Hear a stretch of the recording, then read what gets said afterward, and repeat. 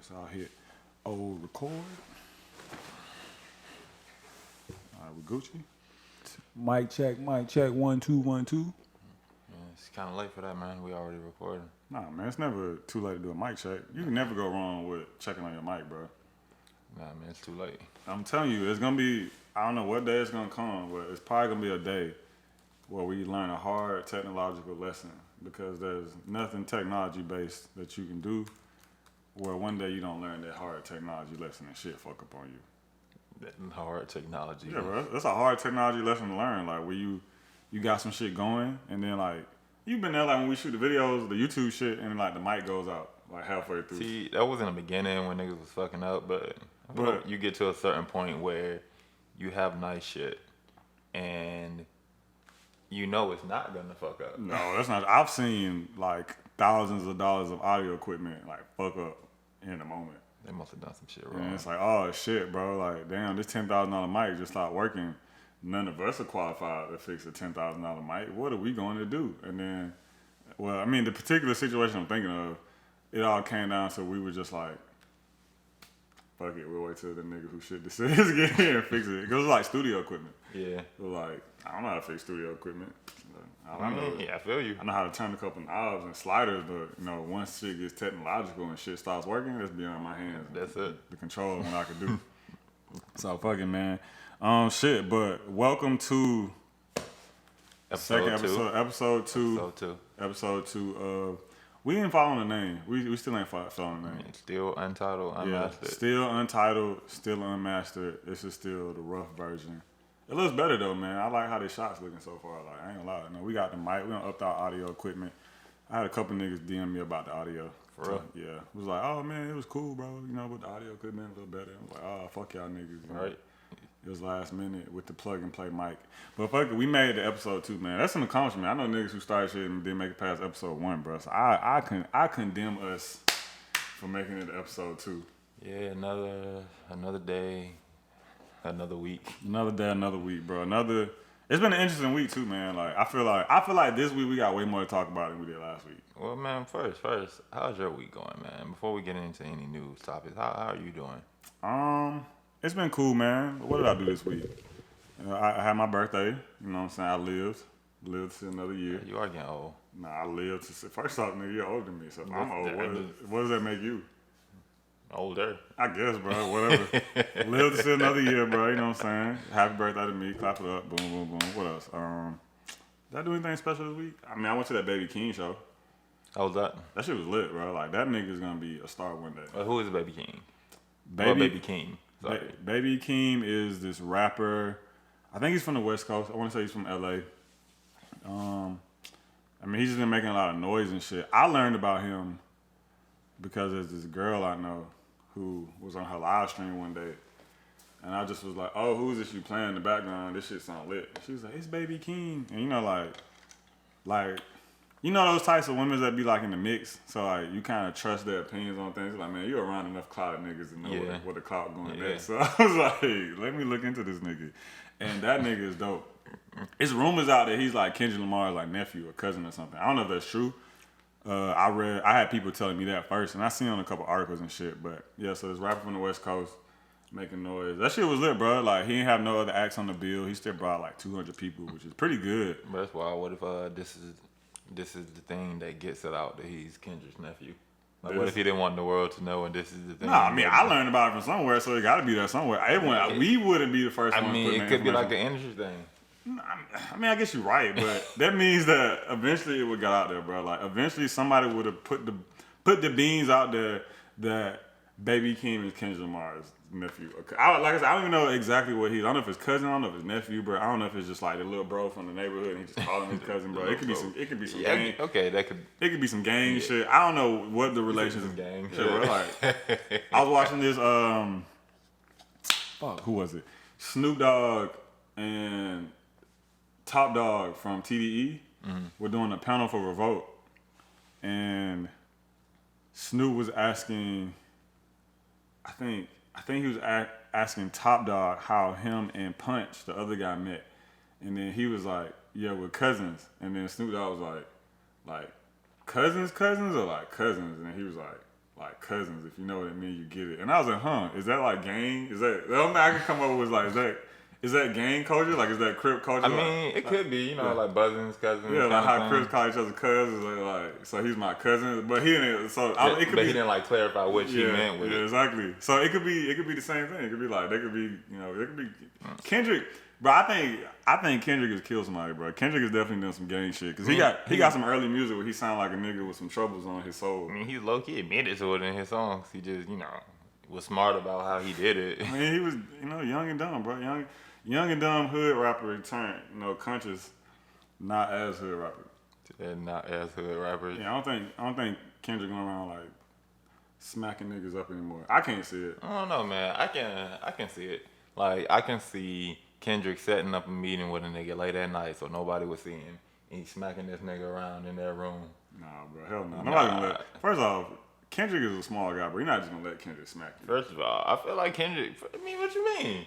I know small hood niggas who can whoop a nigga ass. That's fair, but like you don't just like let them whoop your ass. Like they have to earn the ass. Yeah, but that's the thing though. Of course, I see it with Kendrick and a bunch of other niggas behind Kendrick. Okay, you said that. It's okay. Well, my bad. I see it as a room. The nigga they trying to bitch. Kendrick talking to this nigga with like 4 other niggas behind Kendrick, not doing nothing but just standing there intimidatingly. So the nigga who they're bitching, don't get stupid and hit Kendrick because they gonna beat his ass. They gonna whoop his ass, yeah. Yeah, so he gonna have to either take these smacks from Kendrick or take this ass with him from 5 niggas. Which one you taking? I'm taking that ass with him from 5 niggas. Say the same, bro. Like Kendrick gonna have to respect me, bro. Yeah, I'm gonna have to hit that nigga. Like, I'm like, damn, bro, you made the pimp a butterfly. Now I gotta hit you, bro. Right, that nigga ain't about to make a song about me. Damn, I be sad, man. I don't know. Kendrick don't put his life on blast, so at least you won't get attacked by his fans. Yeah, we just went, like, I feel like we would know in the song. Like, he'd be like, whoop the nigga ass, 5 niggas, nobody there. Some shit like that. He's like, oh, that nigga spit a bar then, bro. Like, yeah, you been listening to it like. Yeah, I feel like, yeah, fuck this nigga, bro. Like, exactly. Like, would you still listen to his music? Yeah, I can listen to the music from a rapper that whoop my ass. I can separate the art from the person. Like, I can be like, man, bro, that nigga a bitch, but this shit slap. I don't know, man. I don't know if I could do it. No, man, I feel like that situation shows your integrity as, it's not just a man, but as a human being. Nah, it's the principle. That nigga whoop your ass. Yeah, but what does that do with the music, bro? So, like, what does it have to do with the quality of the music? Nothing. Exactly. It's him. That's what I'm saying. He's making the music, so. That's like, so where do you draw the line? Like, what wrong does an artist have to do to you for you to stop fucking with them? So I'm saying that if an artist hit you or fuck with you like that, you're not listening to them anymore.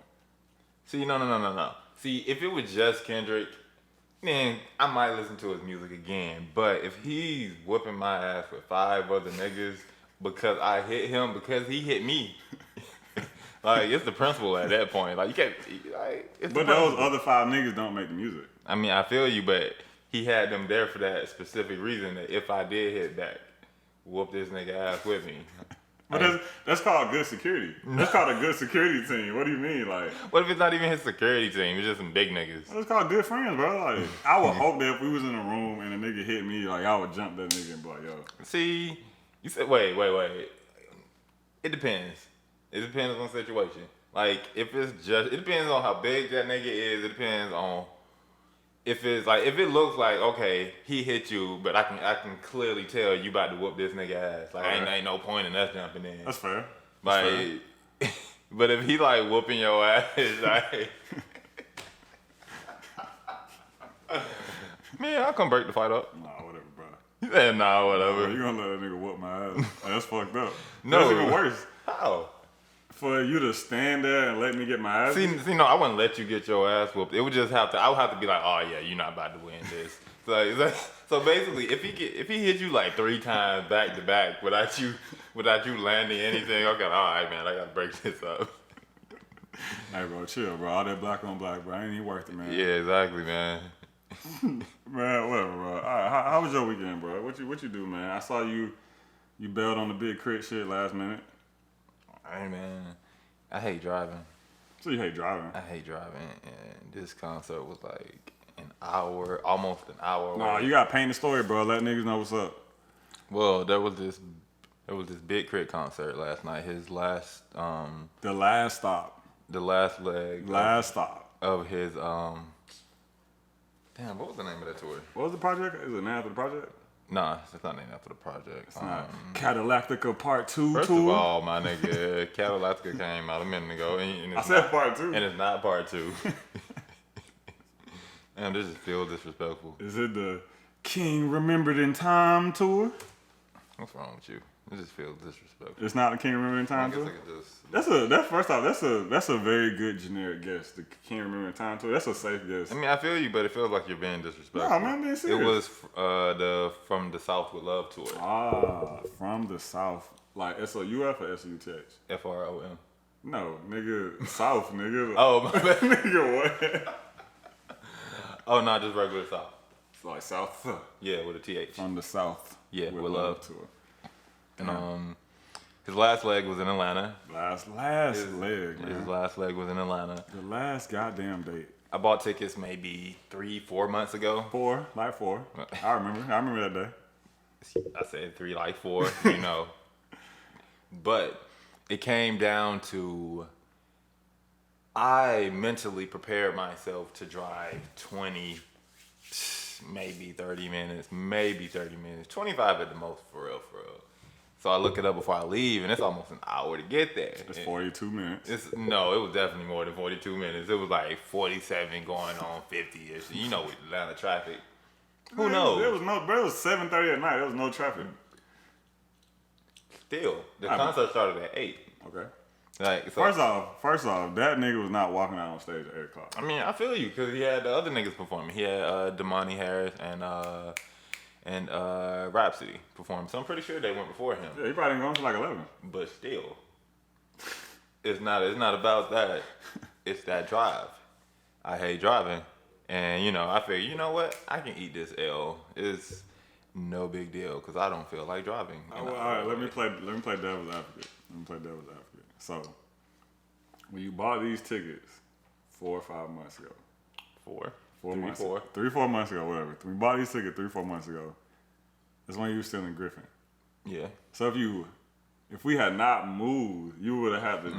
I wouldn't have gone because that would have been almost 2 hours worth of driving. I was like, no, fuck that. Fuck that. But my point is that when you bought the tickets, you were even further away from the destination than you are now. Oh yeah, I was gonna. At the time, I figured, you know what? I'm just gonna spend the night at Terrence's house. All right, leave from there. Yeah, because at the time I thought Terrence had bought tickets. So Terrence would have been going, you would have went. I would have ate that drive for my niggas. But not for your favorite artist. One of your favorite artists. Why the quotes? So I don't believe you. You don't believe me? No, man. Oh, okay. Would you have drove 40 minutes for Travis Scott? See, Travis beat a lot of niggas. Nah, man, answer the question, bro. Would you have drove 40 minutes for Travis Scott? Yeah. Would you have drove 40 minutes for J. Cole? Yeah. Would you have drove 40 minutes for Kanye?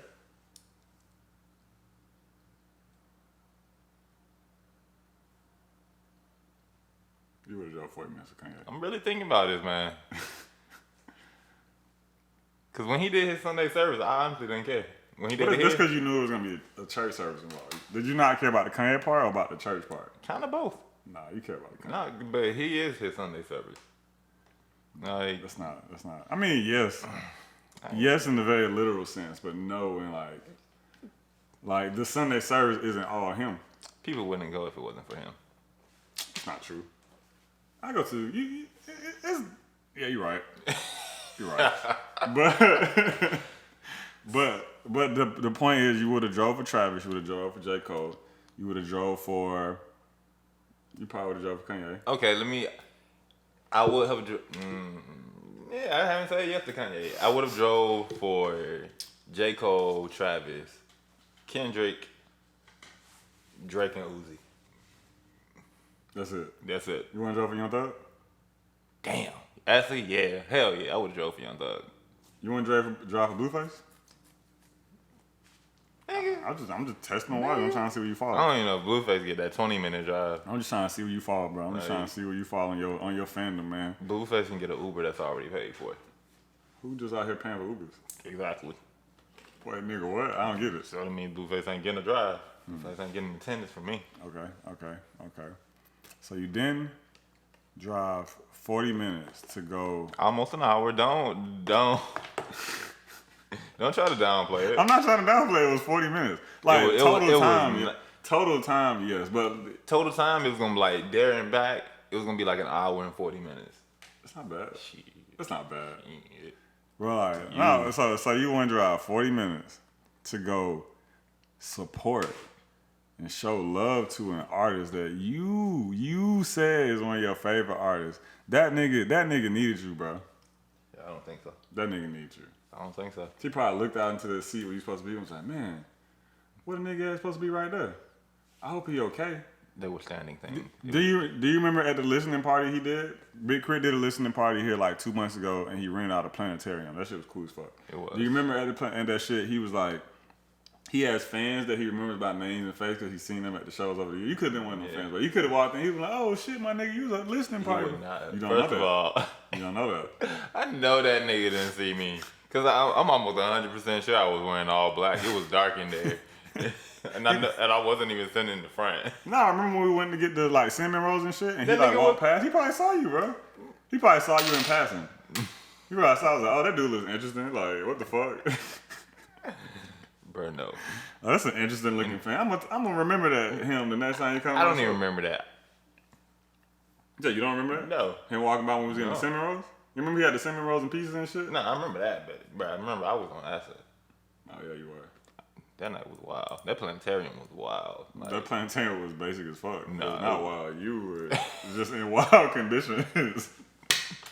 That was a regular. Basic? That was not basic, but like just a regular planetarium. There was nothing particularly interesting about it besides the fact that he was there. Yeah, but the visuals going along with the music, man, visually it was incredible. No, yeah, you're right. That's probably, I would argue that Big Crit planetarium, from what I've seen, I would argue top 10, top 20 rollout for a project a year. That's pretty cool, bro. You don't see too many artists doing shit like that. Like, Rennie got an entire planetarium to turn into an activation space. That's some creative shit. You know what I'm saying? That's some interesting shit. Like you said, like, as soon as I saw it, I was like, damn, I can't believe nobody else has come out here and did this. Yeah. I mean, that shit probably was expensive. So, you know, kudos to Big Crit being able to afford something like that, especially as an independent artist. Because I know that shit wasn't cheap. Renting a planetarium out near, what were we at? What were we at, like, near, like, East Atlanta? It was like East Atlanta, right? Actually, I mean, But either way, bro, to afford a planetarium in Atlanta to do an activation space, that's why I understood when he had that shit catered with pizza and cinnamon rolls. It's like, I just rented a planetarium for you niggas. Y'all not getting no fancy food. nah, this was good. No, pizza. Well, he had something else too. It was and Red Bull. It's pizza, cinnamon rolls, and Red Bull. Yeah, but Red Bull is expensive. I mean, he probably had a sponsor by Red Bull. I would guess because it was so much free Red Bull that Red Bull was sponsored. so it was much hella. Red Bull. But like the pizza and cinnamon rolls was like, man, this nigga Big Crit threw us a cool ass pizza party, whatever. I fuck with it. Yeah, and we got to listen to the album before he came out. Yeah, that's true. We did. You know, you can't downplay that. That's true. I counted that as one of my 3 listens. And then I went to the Pandora event for him the next day. That was my second listen. I listened to it when it came out. What, the whole thing? Yeah, he played the whole thing and talked about it. Okay. Yeah, it was cool, man. I tried to see if y'all wanted to go, but it was Portia got us in so last minute. It was like, I'm just go dip in there and see what he talking about. Man, I feel it, man. I wish I could have been there. You know, I could have got a picture. Yeah, you could actually, because he was shaking. Because like those events, like Pandora does these listening events in downtown, and it literally just be like the artists, their team, and like the Pandora employees, and they be looking just like nonchalant, like they don't really give a fuck. Mm-hmm. I'm guessing because they do probably yeah, so many artists come through that bitch. They're just like, oh, it's just another day in the office for us. Yeah. Because we went to like B.O.B. did one there too, and we went to that shit. Oh, I remember that one. I didn't go to it, but I remember pictures. Yeah, that was interesting. So like, I've been to that one, and I've been to the Big Crit one, and I've been to the Jadena did one with them, and yeah, their staff genuinely looks uninterested most of the time. Like, I'm guessing it's like because they're still at work, so they're like, oh yeah, you talking shit, but I got these reports I gotta get done by like 3, so I can go home. So fuck all that other shit. So he probably would have appreciated that fan. Like, I mean, I doubted him. I was like, hey, bro, I went to your listening party last night. This shit was dope. He's like, oh, man, yeah, word, bro. Like, yeah, he's like, yeah, cool, appreciate it, man. He hit me with the, I feel like it wasn't that smooth. It was. I feel like it wasn't that smooth bro. at all. Like, knowing you, I'm Nah, bro. almost done. Nah, it was smooth, bro. You can't fuck up the celebrity dap. Yes, you can. No, you can't. I mean, no, you can, but like, no. no. Yes, it is possible. No, not in the general sense. No, bro. Like, it is. How about you ask him? I asked Sam. You ask Sam? Was Sam there? Sam was there. Sam was there. I don't know if he saw me. Nah, he'll tell me. But I don't know if he saw me dap him up. He was just there.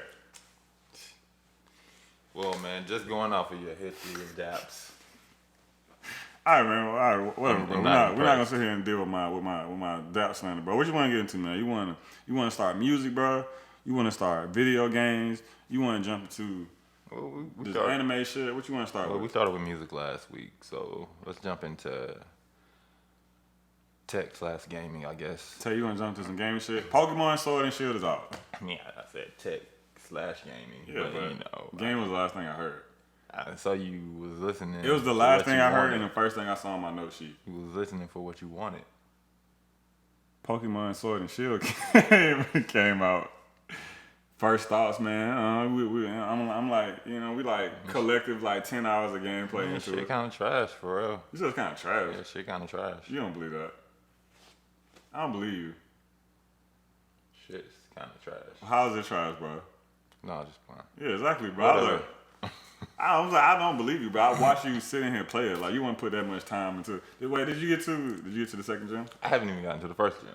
Cause you been changing clothes and shit, nigga. You probably didn't do shit the whole time I was out. I have 4 Pokemon. What's the last thing you did? Fight. Fight who? I don't know. Nobody in particular? Some random. So nothing. Some random. First of all, you still fighting random, so you don't know where I'm at. Sir. Like, throughout the whole game, you gonna fight random. But you haven't even made it to the first gym. My highest Pokemon is level 12. Have you gotten your recommendation yet? Yeah, you get that in the beginning. No, it's my. You know how they have to give you a recommendation to go join the Pokemon? Wait, what was that the champion guy he gives you? After you battle the friend? Yeah.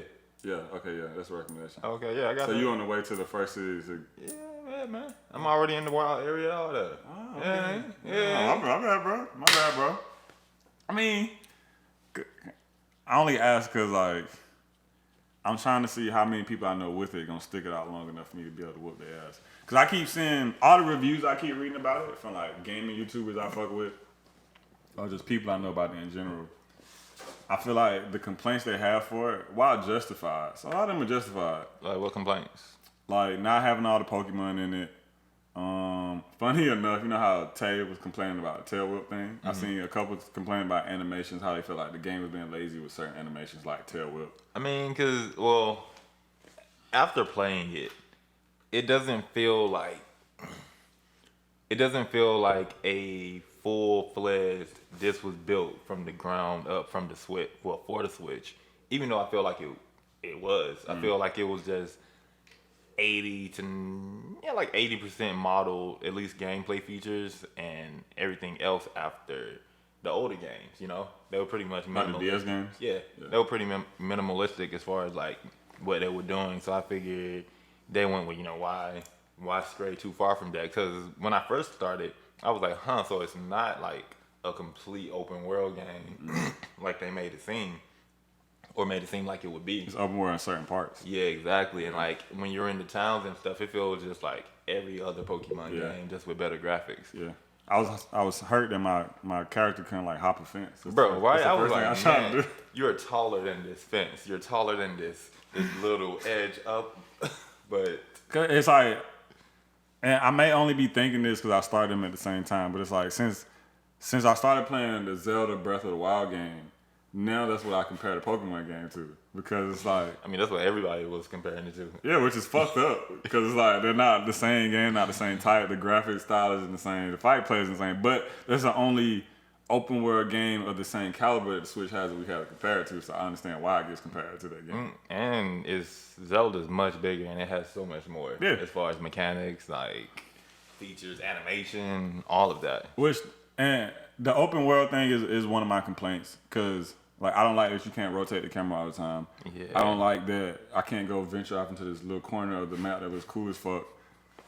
And honestly, when as I started playing Breath of the Wild, at first I thought like, damn, why didn't they just take the Breath of the Wild engine and just like skin the Pokemon game over it? But then I guess it's different developers made it. They don't control the same shit. Yeah. But I would have thought that the Pokemon developers would have went into it and been like, hey, this Breath of the Wild game we just put out that everybody loves and is praising for the graphics and the open world and how smooth it is, make Pokemon exactly like this. Because I look at it like, if Breath of the Wild was redone completely with a Pokemon skin, like down to the very way it is, like just with Pokemon, that should be 10 times better than what it is. Which not to say it's not a good game. Like I do like the Pokemon games. Why? It's like I said, reading off of what all those YouTubers were saying, the complaints are valid, but it feels like in the bigger gameplay, it's just kind of like nitpicking. It's like, oh, I don't like that the graphics aren't this. I don't like Tail Whip. I don't like that.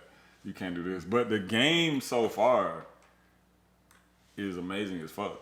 Yeah, like as far as all of those complaints, I pretty much accepted it after being like, oh, it's just the old game reimagined, basically. Yeah. I was like, oh, okay, so it's an old game with a more powerful gaming engine, some upgraded graphics, and now you got a controller in your hand. Yeah, pretty much. But so like, I don't know. I feel like, I guess it's only been out at this point like 3 days. What's it been 3 days? Like it came out Friday? Friday, yeah. So it's been out 3 days as of us recording this. I feel like by month 5 of it being out is when they'll have all of their little shit that we keep complaining about figured out. You think so? I think so. Because, I mean, that's usually how it is with the game rollouts. It's like, first they just trying to get this shit out. Let's fix all the kinks. Let's get this shit out so people can leave us the fuck alone. Yeah. And then it goes from like, all right, cool, now that's out. Now let's fix all the bugs. Then it's usually like 2 or 3 months of them patching in updates and fixing bugs and shit.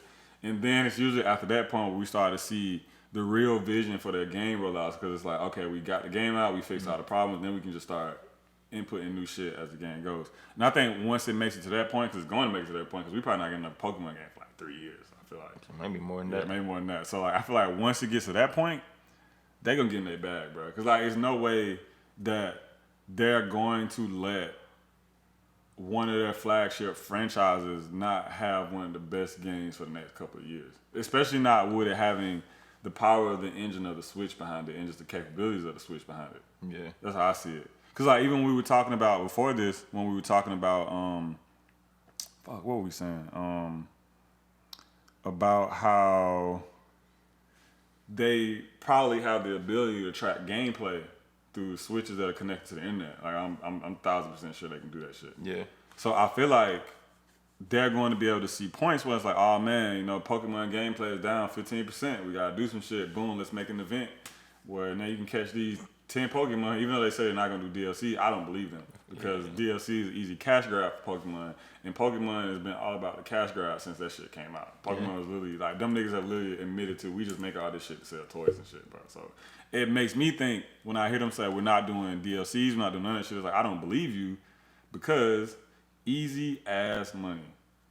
They're gonna definitely do it. Definitely. So I think they're gonna add amiibo support too. You know, just so you can do extra stuff or get like special event type stuff. Like the little amiibos you put on the pad and stuff? Yeah, they're probably gonna make some new ones that you have to buy specifically for the game, just so you can get some in-game stuff. All right. And then their cross-platform integration is dope. So I feel like they're gonna do a lot of cool things with like Pokemon Go and then Pokemon Let's Go in this game in the future, which would be, I'm not ever integrating any of that shit, but I respect them for trying to do it or doing it. I feel like people aren't gonna buy Let's Go Eevee or Let's Go Pikachu anymore. People like Let's Go Eevee, Let's Go Pikachu. Man. Like kids and shit. Kids will love this. It's like you can still use all the motion controls. Wait. Oh yeah, but they don't force you to do it like Let's Go. Yeah. Which I like, because that's what, when I played the demo of Let's Go, that's why I didn't fuck with it. Like, damn, I have to throw the Pokeball. Like, I have to do this. Like, man, that's a lot more commitment into paying attention to this than I wanted to do. Right. I didn't like that you didn't really fight wild Pokemon. You could only technically fight trainers. There you would like feed the wild Pokemon berries and bullshit. Which with Sword and Shield has been my favorite thing about it so far is the way they set the wild Pokemon system up. Like, I like definitely being able to see that little nigga run across the field so I can avoid him if I want bro. to. What I just be avoiding Pokemon like running from them niggas, bro. Like I like the subtle details they put into it, like how some Pokemon will run away, some will chase you. Like I had like a Tyrogue and that shit running after me for like a solid like 3 blocks in Pokemon. Yeah, 3 blocks. Yeah, bro, that nigga was just chasing me, bro. Like I like that shit because that in my opinion is way more realistic of what Pokemon would be like. I feel like that gives them room to just open the doors with the way they're gonna develop it further. Because like I said, now having played Breath of the Wild so much, I feel like Pokemon can grow into being like Breath of the Wild. I don't think so. You don't think so? Nah. Why? Because it wasn't built for it. It wasn't built like that. Yeah, but they can always go in and tweak it and change stuff. You can always go in and change stuff. Not at that level. I don't think so. Like they would have to, for it to get on like Breath of the Wild level, they would have to change the whole world. And I feel like they gonna have to make a new game if that's the case. But they could get there as far as gameplay mechanics and because they could always build a world and then put it out as a patch update and then like they didn't have to go into the game and tweak it itself, but they could add it to it. That's possible, you know.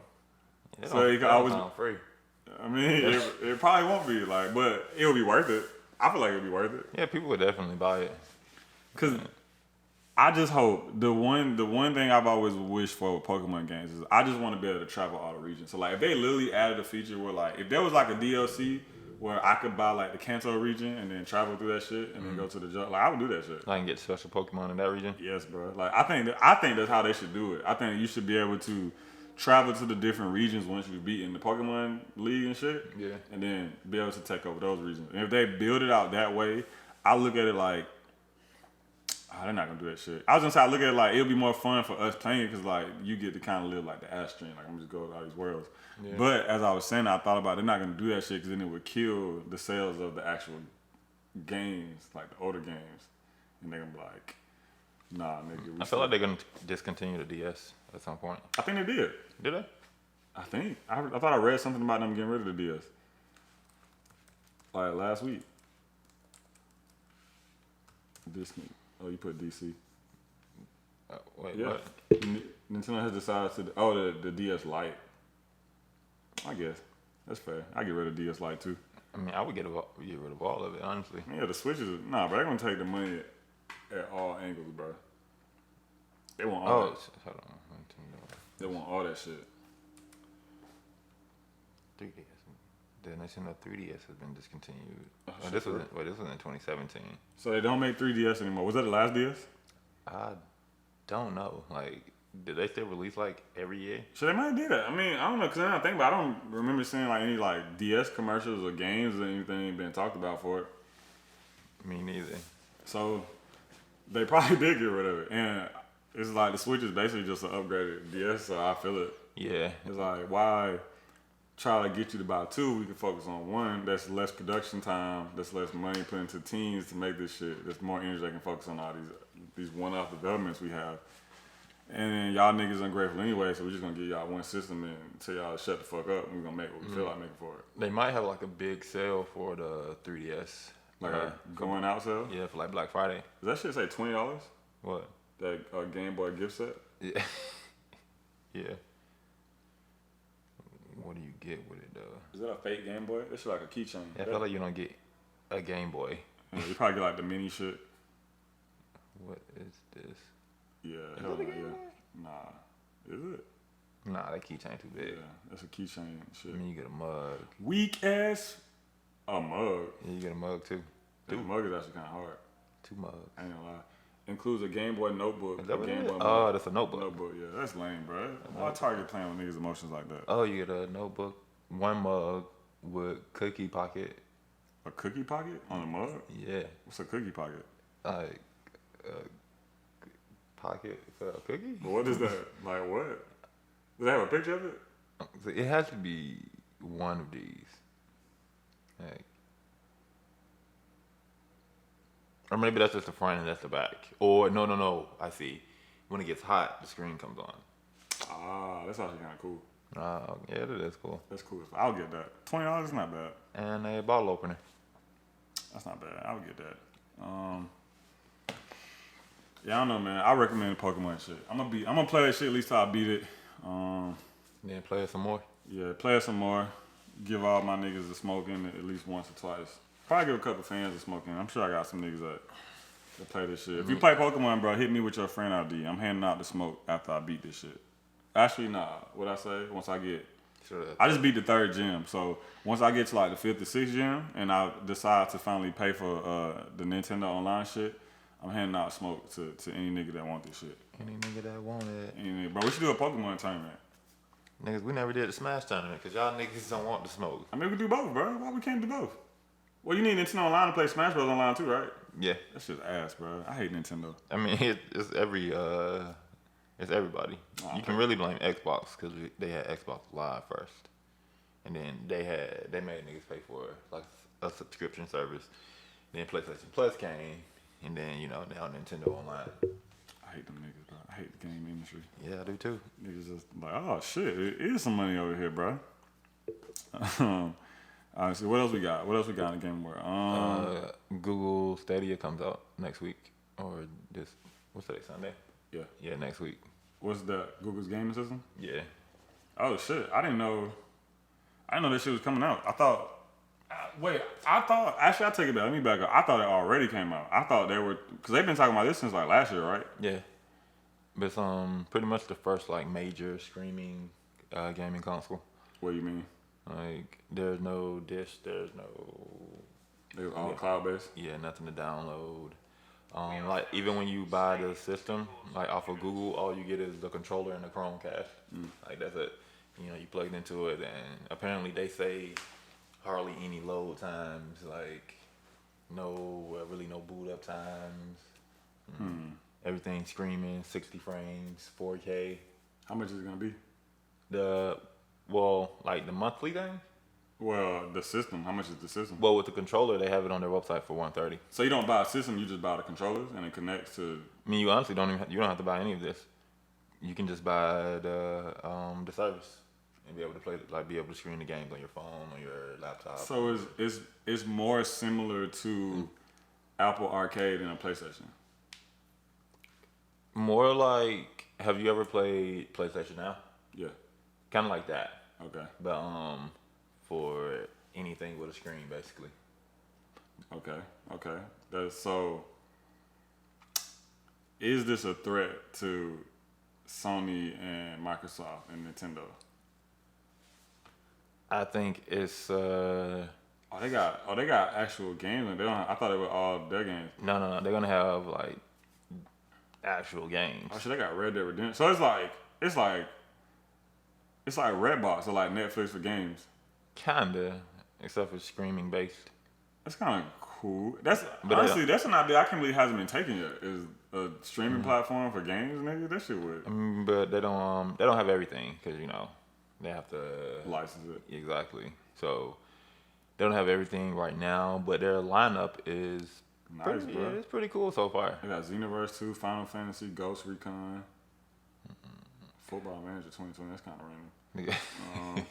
Is that the Avengers game? Yeah. They got Red Dead Redemption. They got Mortal Kombat. They got 2K. Then they got 2K, my nigga. Do you know? So will you be able to play these games against other systems, or we gonna be able to play against Google Stadia people? I'm not 100% sure, but I want to say you can play against everybody else. Pre-order for $129. So waiting for game to download, 60 frames. And 4K. Damn, they got the 4K joint.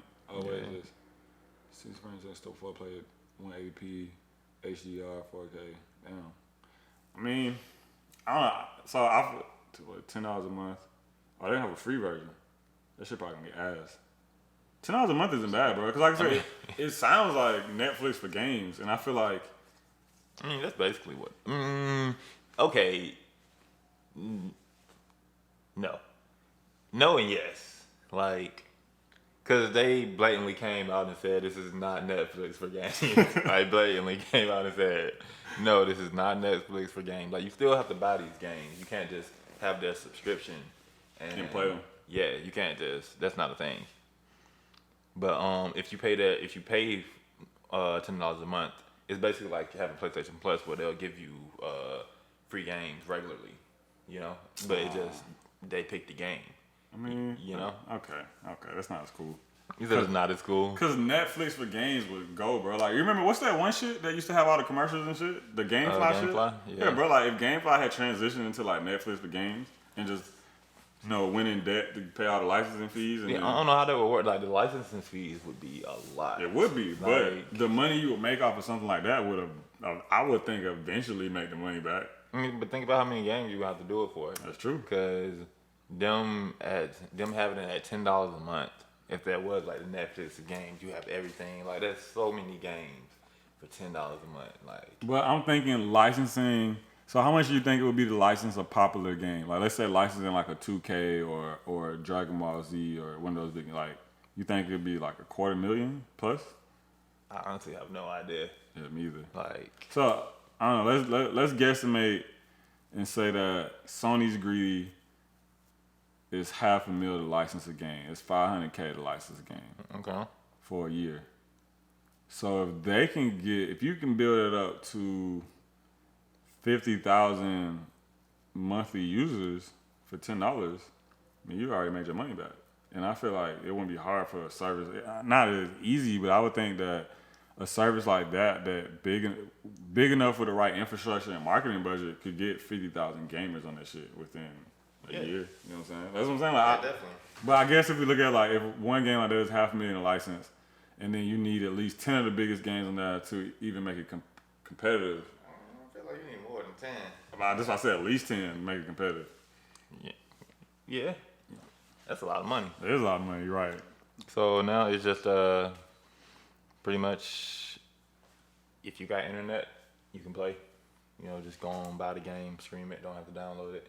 Man, it sounds, I'm not gonna lie, it sounds like I would not be buying. I mean, it's kind of like, with the free version, it's kind of like, yeah, you pretty much already own the console. Like, you don't have to go out and buy a special console. You can just buy the game, whatever. Okay. Like, that's pretty much it. Like, you don't have to buy a system, but you can buy the game. What's that $129 pre-order fee for? Oh, that's for the controller and the Chromecast. Oh, so that's that selling point is like, here's being able to own other games without buying the system. Just pay us $10 a month and buy the game. Well, you don't have to pay $10 a month. I mean, that's if you want them to, regularly give you free games. Ah. Yeah. So you can have it for free. So I don't get that. Like, what's their end game with that, with the free version? Convince you to do the $10 a month so you can get, because I'm guessing the free game is going to be. So this is okay, and I just thought this. This is what I feel like they're trying to do. I feel like this is Google's introduction into the gaming market, and they're trying to use like the old bait and switch. Like, let's pull you in with a familiar game. We're gonna slowly drop our own games in there from time to time, and then 3 years from now, you're gonna be like, man, Google actually makes nice games, and they can go like, boom, pick our own original game, $65, and you'll buy that shit. As opposed to like, I feel like Google dropped an original game now. I don't know, like I wouldn't buy it. I don't know, man. I'd probably buy it just because Google probably one of the only people who can do it. Or one of the only companies that can do it. Like, they're probably one of the few who get actually hop into the gaming world. Like, because I honestly didn't think, like, out of the big three, Nintendo, Sony, Microsoft, I didn't think we were going to get a competitor to go against them three for a minute. Yeah, it's true. I just knew they were going to, like, just keep, this was going to be it. Like, So, and I want a controller. Like, I want the... But it looks like a weird, like, Xbox, Nintendo controller mix. Yeah, that's true. But it's made specifically for it, and I feel like I want it. I heard it's really comfortable. I don't know, man. That D-pad looks weirdly spaced out. Like it's almost on the edge of the controller. What is Look at that shit, bro. That shit's damn near off the controller. Nah, man. And then they have all these games. Like, I would be able to play this on my computer at 60 frames. But can your computer handle that at 60 See, frames? but that's the thing, though. It's all in the cloud. You don't need a powerful computer. Like, you can play it on your phone. Oh, I see it now. Okay, I got you. So it's like the ability to play these high-powered games on a high-powered system. Exactly. Yeah, whatever price you can afford.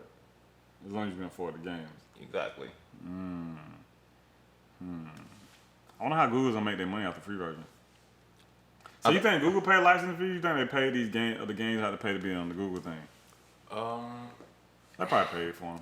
Yeah. These some big ass games they got. Yeah, I feel like they probably paid the license fee. Assassin's Creed, Borderlands 3. What the fuck is Baldur's Gate? I have no idea. Some of these games haven't come out either. Like, this hasn't come out. Attack on Titan got a game? Yeah, this number 2, man. That's all I was looking at. The final battle, damn. Damn, niggas like Attack on Titan enough to make a game for it? But make a sequel to the game, man. Destroy All Humans, did you ever play that? No. Man. This is a remake of the one that was on PlayStation 2. That game was great. I remember it, like when it came out. I couldn't afford video games when it came out. But I remember it. I remember it looking nice. Man, make me feel like I was a spoiled child, man. No, you were, bro. You thought I was. All my video game friends, bro, y'all niggas were lucky. I didn't feel spoiled. Well, man, that's how it be sometimes, Eat man. my syrup sandwiches. Sometimes playing Mario. Sometimes a nigga in the glass house don't know he in the glass house. You didn't feel glass. But who was telling me the story? Sam, my friend Sam. He was telling me about his ex, and he was saying like she's from like her family's pretty much paid, and he was like to the point where they have $1 million house, and she thought our houses cost at least $1 million. And he was like, he was talking to her about it one day, and she was like, "Wait, what do you mean like your house was $1 million?" And Sam was like, "No, like that's not a normal thing. Like that's not how much houses normally cost." So she genuinely thought all houses start at like $1 million. Wait, like that? I actually just saw this clip. It's an old clip of Mariah Carey. She was doing some interview. I'm guessing in Europe because the guy had like an accent, and she didn't know what bills were. Like exactly. Like she looked genuinely surprised because he was like, yeah, something, pay your bill, and she was like, whose bill? Like what is that? And he was like your water bill, and he was like, and she and he was like, yeah, you have to pay for that, and she was like, well, no, it's free in America, and he was like, no, it's not. Everybody has to pay their bills. What, is that shit real? Bro, what? Completely real. Like, actually, let me see if I can pull it up. Please pull that shit up, bro. I'm trying to see it, bro. That's wild. I can believe it. Mariah Carey not knowing what bills is like the definition of like being a music artist in like the 90s and 2000s. Oh, pay who, what, bill who. Yeah, exactly.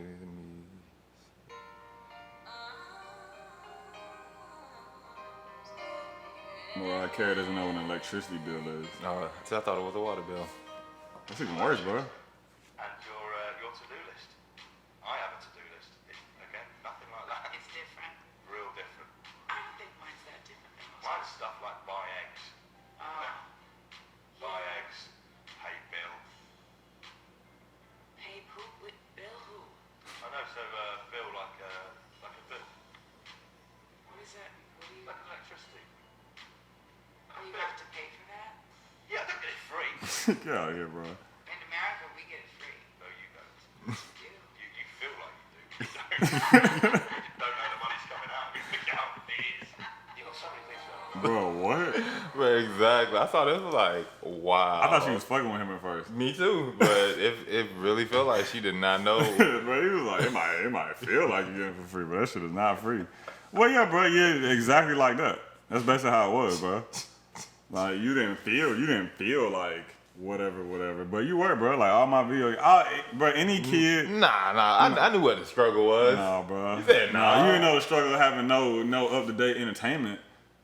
Hey, man, we all had our high points as a child. Yours just wasn't video games, apparently.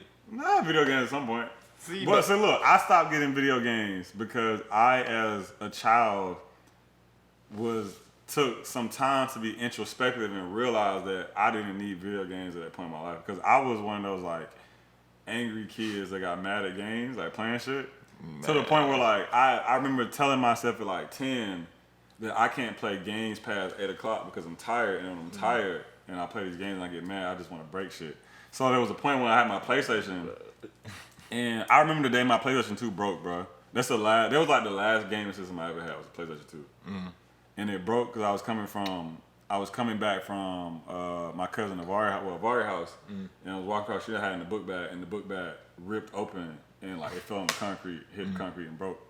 And I remember at the time I was like, man, maybe it's just like a blessing in my life, like stopping me from stressing myself out over these games. So it's not that I couldn't get video games. It's just that like I chose because So we had a Wii when the Wii first came out. see, exactly. So you can't tell me that I was spoiled with video games if you chose not to have them. Nah, we had 2 games on our Wii. How many you had?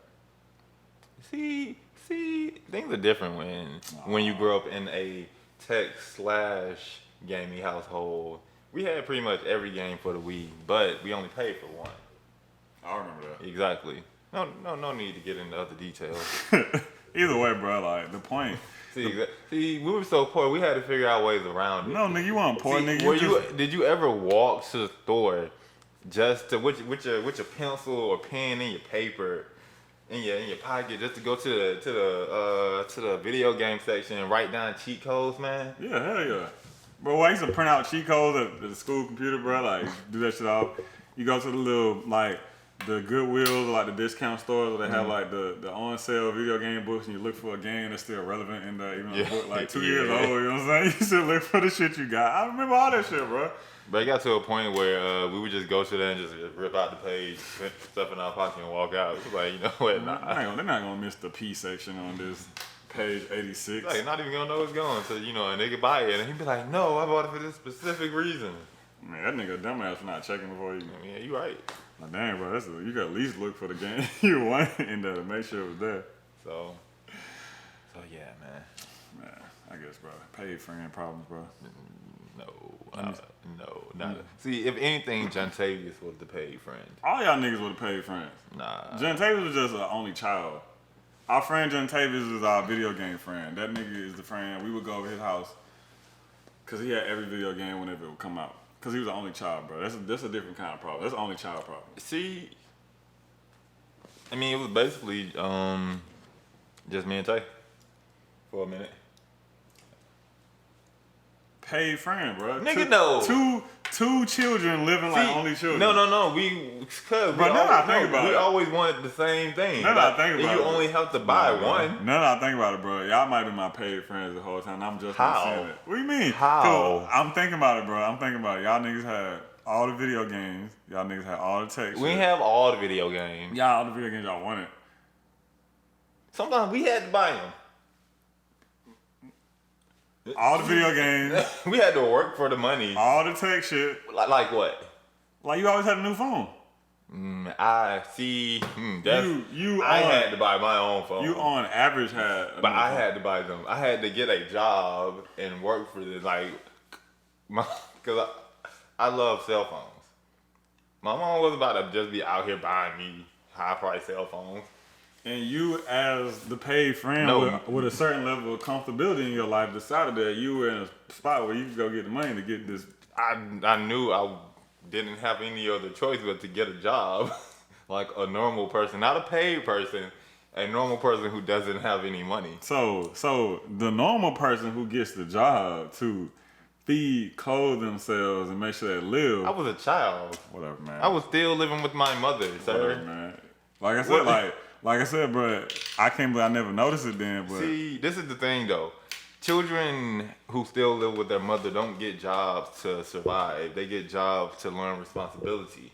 no, they get jobs to get the bullshit that doesn't really matter. I mean, The that parents- parents But don't that get. too, but we're not required to clothe ourselves and buy food for ourselves once we get a job, still living with our mother. So when you have kids, so all right, so if you had a child, right, and your child got a job, let's say your child's making $1,200 a month, and you still buying him clothes, you still feeding him, and then you see that nigga walk in his room with, I don't know, the iPhone 26. You mean to tell me you're not gonna tell a nigga like, hey man, it's time we have a talk, my nigga. You seem to be doing good on this side. Well, it depends on how old he is. How old is he doing this? I don't know, 14. Nah, I'm not gonna be like, yo, we gotta have a talk. He's 14. Nah, you sick. This nigga's in like what? 9th grade? Yeah. No. I'm like, hey my nigga, it's a water bill now with your name on it. He gonna go in there and look and his name really gonna be on it. See, you're wild.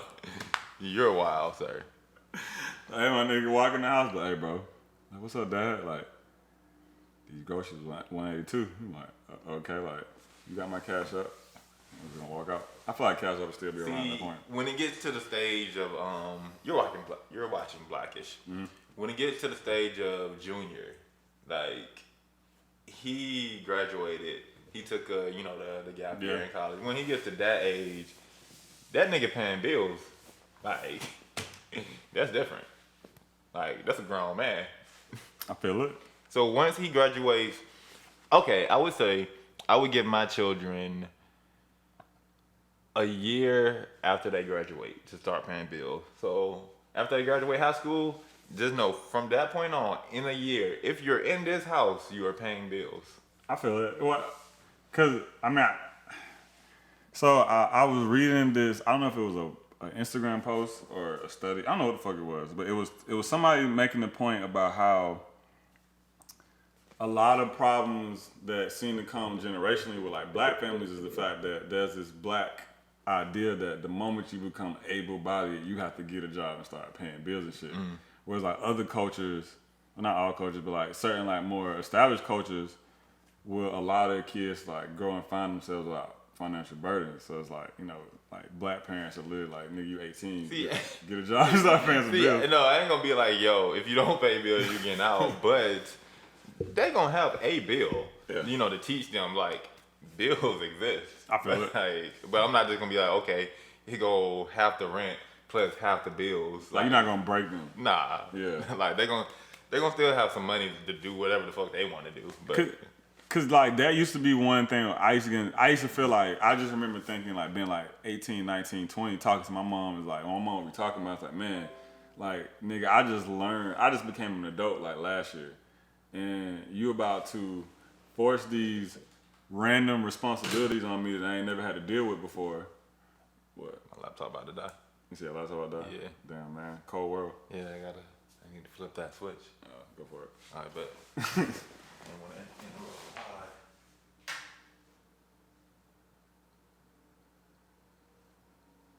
We good.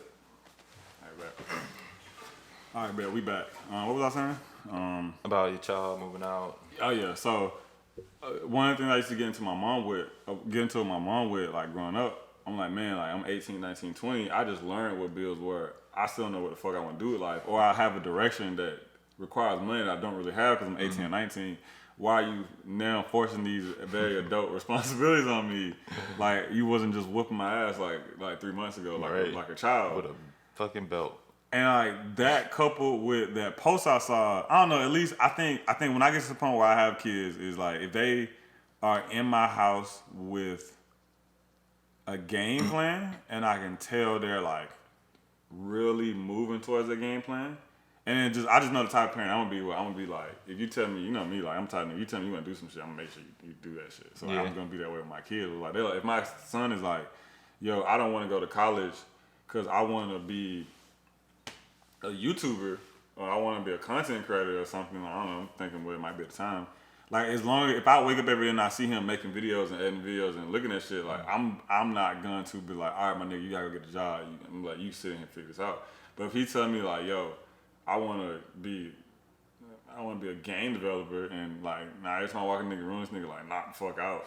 Or like he bullshitting, like he's just like all fucking off. And I'm like, nah, nigga, you about to get a job and pay some bills, bro. Cause like you ain't about to sit here and be no bum ass nigga about your dreams at my house. Not in Kohrey's house. Not in Kohrey's house. That's hilarious. Yeah, but I feel you though. But I feel like it's fair. I feel like it's like if your child is working on something and you see them doing it, you know what I'm saying? Like it helps to not have the extra financial burden. Like imagine like what could be accomplished if you took the money you was paying for rent and could just put it into whatever you was doing. And I feel like if your child is 18, 19, 20, 21, and then you give them that leeway to set themselves up, so by the time they hit 23, 24, 25, then they are like really, because I didn't feel like I was really adult, so I hit 25. That's when I feel like, damn, like the world don't love you no more, nigga. You like, like the world ain't give you no more. Like they like, fuck it, nigga, you grown. And I feel like by that point, it makes sense. But it's like just seeing how everything works with the YouTube stuff, like doing the brand man shit, just watching people build their businesses. Like, man, this shit takes a couple years. And it's like a lot of parents kind of come to shit like, man, if your shit don't work in 5 months, nigga, you gotta get a job. It's like, man, what the fuck do you know that popped off after just 5 months of being into it? Yeah. That's how I feel about shit. So I said to say I'm gonna make my. Wait, how did we get on this topic? This is. I don't know. How did we get on here? Oh, I don't know. But here we are. Right, ain't got nothing to do with our normally scheduled programming. I mean, we can get back to some other shit, brother. Oh man, my sister just followed me on TikTok. She liking videos. Let me see. Hey. What you want to talk about? You want to talk about how you feel about the Sonic redesign?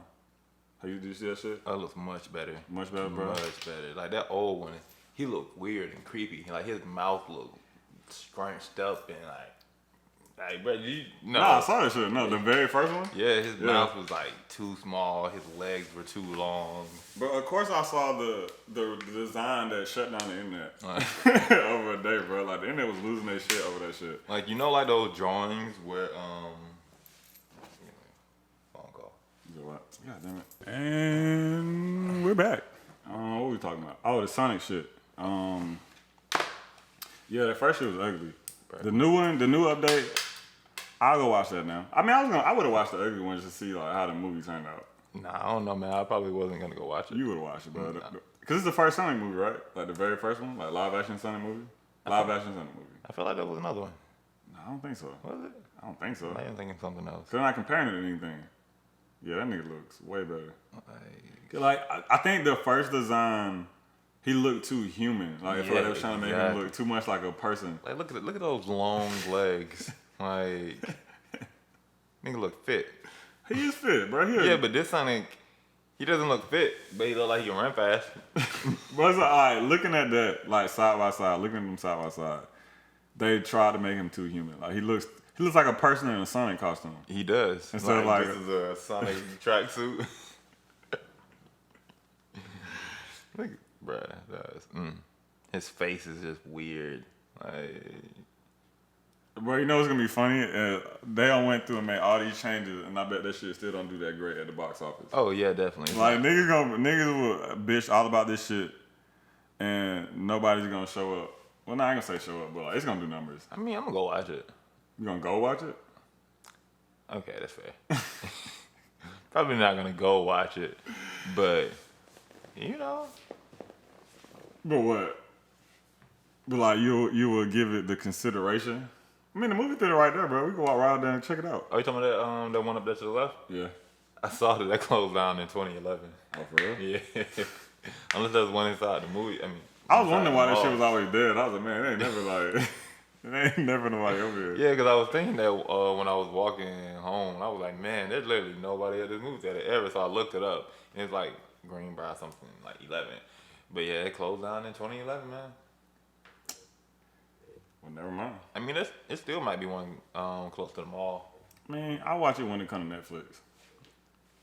He said when it comes to Netflix. That's probably when I'm gonna check it out. I'm not like that. Like I like Sonic, cause I just like live action video game movies have never like once held up to the standards of the game and what's going on. So I have actually not even zero. I have negative 10% faith that they're gonna pull off a Sonic game into a storyline. Cause the Sonic games have always been all over the place. So what's the storyline gonna be about? The main origin of Sonic, I guess. Well, I think they might touch on it because it looked like he just appears and no one knows where the fuck he came from. But Dr. what is it? Dr. Eggman. Yeah, him. He's the villain, of course. Of course. So something to do with him. They might, pick from the last game. He has so many schemes. That's what I'm saying. Like, there's so many games and none of them really like correlate the same. What is the story mode for this? Storyline for this gonna be? They might pick something from the Sonic TV show. Oh, that's true. Who's who's making it? No, I do not. I know Jim Carrey is Dr. Eggman. Really? Yeah. I ain't know that. For real? No. Yeah. Is it trailers out with him? Yeah. Does he make a good Dr. Eggman? Like, seeing him in the first trailer with the old Sonic design, I didn't like it. And I don't know if I didn't like it just because of design. Like, I didn't like him as it. But with the new design, it feels like it fits more. Like, I know it's wild. I didn't really change anything for him. Is he fat? Like, is he round? No. So he's a thin Dr. Eggman. He's a doctor. Look it up, bro. I gotta look at this. Please look it up. I guess we can. Jim Carrey song. Oh damn, they already knew what's up. What the fuck, bro? They didn't even try. You said they didn't even try. No, like they could at least put him in a fat suit. I mean, he wouldn't be able to move it. Dr. Eggman being shaped like an egg is a very important part of his character design. I mean, yeah, you right. Yeah. See, look at this. Hell no. Did that turn you off of it? I mean, they did get a job on the head. Don't get me wrong. Like that is a spitting image of him face wise, but they could at least make him fat, bro. They could at least put him in a fat suit. Yeah. He could have did a movie in a fat suit. Yeah, okay, yeah. As much as Martin did in Big Mama. Exactly, bro. Like as much as any movie with characters in a fat suit have done, he could have survived those shoots in a fat suit, bro. They dropped the ball, bro. I don't know. Well, damn. Now Jim Carrey's in it. I actually might go look at it. I didn't know Jim Carrey was in it. That kind of changes things, but I trust Jim Carrey's like script judgment. Whoa, Jim Carrey has made some terrible movies. Like what? Damn, I gotta look up his His discography. Yeah. What is his discography? His discography. Well, okay, no, because I'm not. Everybody makes bad something that they do at some point, but No, okay, never mind. I'm thinking of Adam Sandler. Never mind. yeah, that's what I'm saying, bro. Jim Carrey is very particular with the stuff he does. I trust Jim Carrey's like script judgment. Okay. So he also could have just been like, oh, this has been my favorite video game since I was a child. Of course, I'm gonna be a part of something that. Could have been like, about to get this check. How to get this bad, nigga. Exactly, like. And I feel him. Wait, yeah, man, look at that. Okay. Yeah, bro, Jim Carrey got a good, not disco. What's the word for filmography? Filmography? Yeah. Oh, shit. Oh yeah, damn. Filmography. Yeah, Jim Carrey got a good filmography, bro. Look at that shit. He does. He been out here, bro. Like on average, he's in Batman Forever. I was just looking at that, like, what did he do? 1995. He played. Yes, I do. He played Batman? the Riddler. He did. Yeah, He He did. played the Riddler. Man, this man been going for a minute. This nigga been out here, bro. Okay. Yeah, man. Most of his movies are good movies. So I am thinking of Yeah, you think Adam Sandler, bro? Adam Sandler got some like. man, but he was on top at one point. I mean, yeah, with the quirky white people movies, like. Nah, I mean, I like Billy Madison. I like Happy Gilmore. Quirky white 51st people Days. movies. I still like them. Quirky white people. I like Big Quirky white people. Daddy. Quirky white people antics. I like Grown Ups. Quirky white people antics. Boy, Waterboy. No, Waterboy. no, I'm not saying none of these movies, because Longest Yard is one of my favorite movies. Wait, so Waterboy that's quirky white people to you? It's definitely quirky white Bro, what? That is so funny. It is funny. Like, No, it's so funny. all those movies are funny, but it's still quirky white people. Even The Longest Yard? No, Longest Yard is different. I like Longest Yard. Why is that one different? Because there's a lot of black people in it? I didn't say that. But it feels like this, like out of all of these movies, that might be the only one with a lot of black people. No, that's not true. Look at that cover. There's 2 white people on the front. I mean, but Waterboy had black people in it. That's true, but not majority. That's true. You're right. And I would choose Waterboy over. Oh, Longest Yard? Yeah. No. That's a classic. Longest Yard is a classic. And it was a remake. To some people. And it was a remake. To some people. Nah, to most people. Look at the IMDb rating, see which one got a higher rating. Bro, don't do this. Nah, do it, Bro, bro. don't do this. Do it, bro. Do that shit. Do that shit up, bro. Waterboy IMDb. I got this, man. I got this.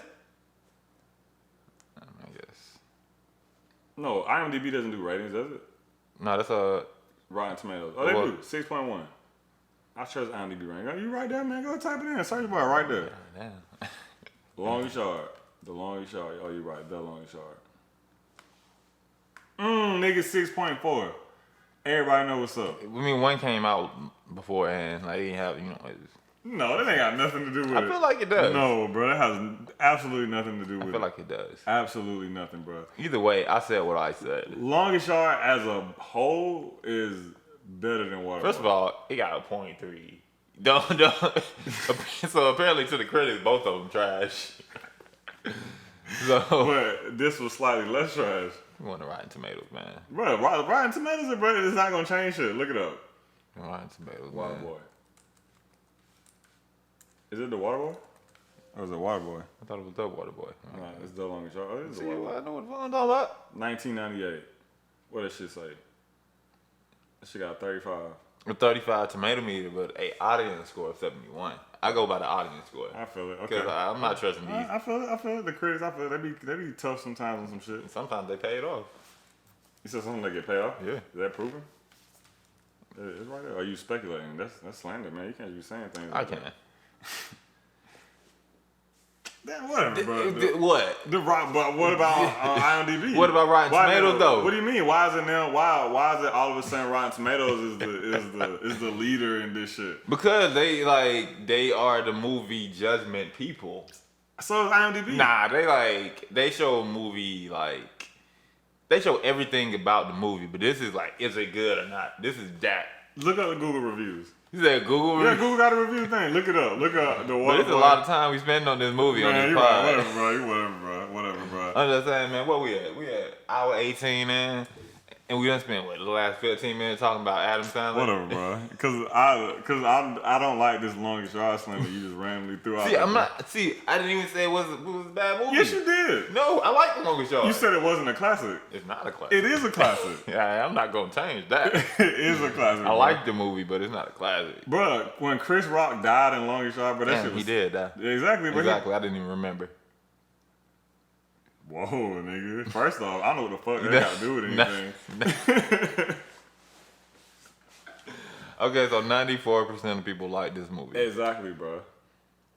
Look at this is the last one. Last one, y'all. Last one, because I need to know, bro. Because this is a tiebreaker, bro. This is basically the tiebreaker. Why is Google the 90%? Exactly, nigga. Longest Yard all day, bro. Longest Yard is better than the Waterboy. Wait, let's see. Look at that. Let's see what I did more at the box office. Then look at that. Why does we proved it, bro? We ain't Tiebreaker. proved that. We ain't proved that. The people have spoken, bro. What people? The people that did this shit. Where is it? I swear they ain't got it for this. Exactly, bro. The people have spoken, bro. On to the what's the next topic, bro? Let's see. Shit, man. All right, let's get into some music shit, bro. I want to talk about some music shit. All right, how you feel about Chicks Take 5? I haven't listened to it yet. I haven't listened to nothing past what you played. But I will say this, is I watched Tory Lanez's interview with Nick Cannon, and based on that interview with Nick Cannon, I plan to listen to the album. His rollout has been nice. Like, did you see the trailer that he had? Man, it looks very 2000. Like, he's went hard with like theming it to the 2000 thing. Yeah, definitely. Which I've personally never been a big Tory Lanez fan, but I will say the way he's been handling this, what the fuck is that? I typed in Instagram.com/Tory Lanez. Apparently, that's not his Instagram. Because it's Tory, not EY. Wait, Tory.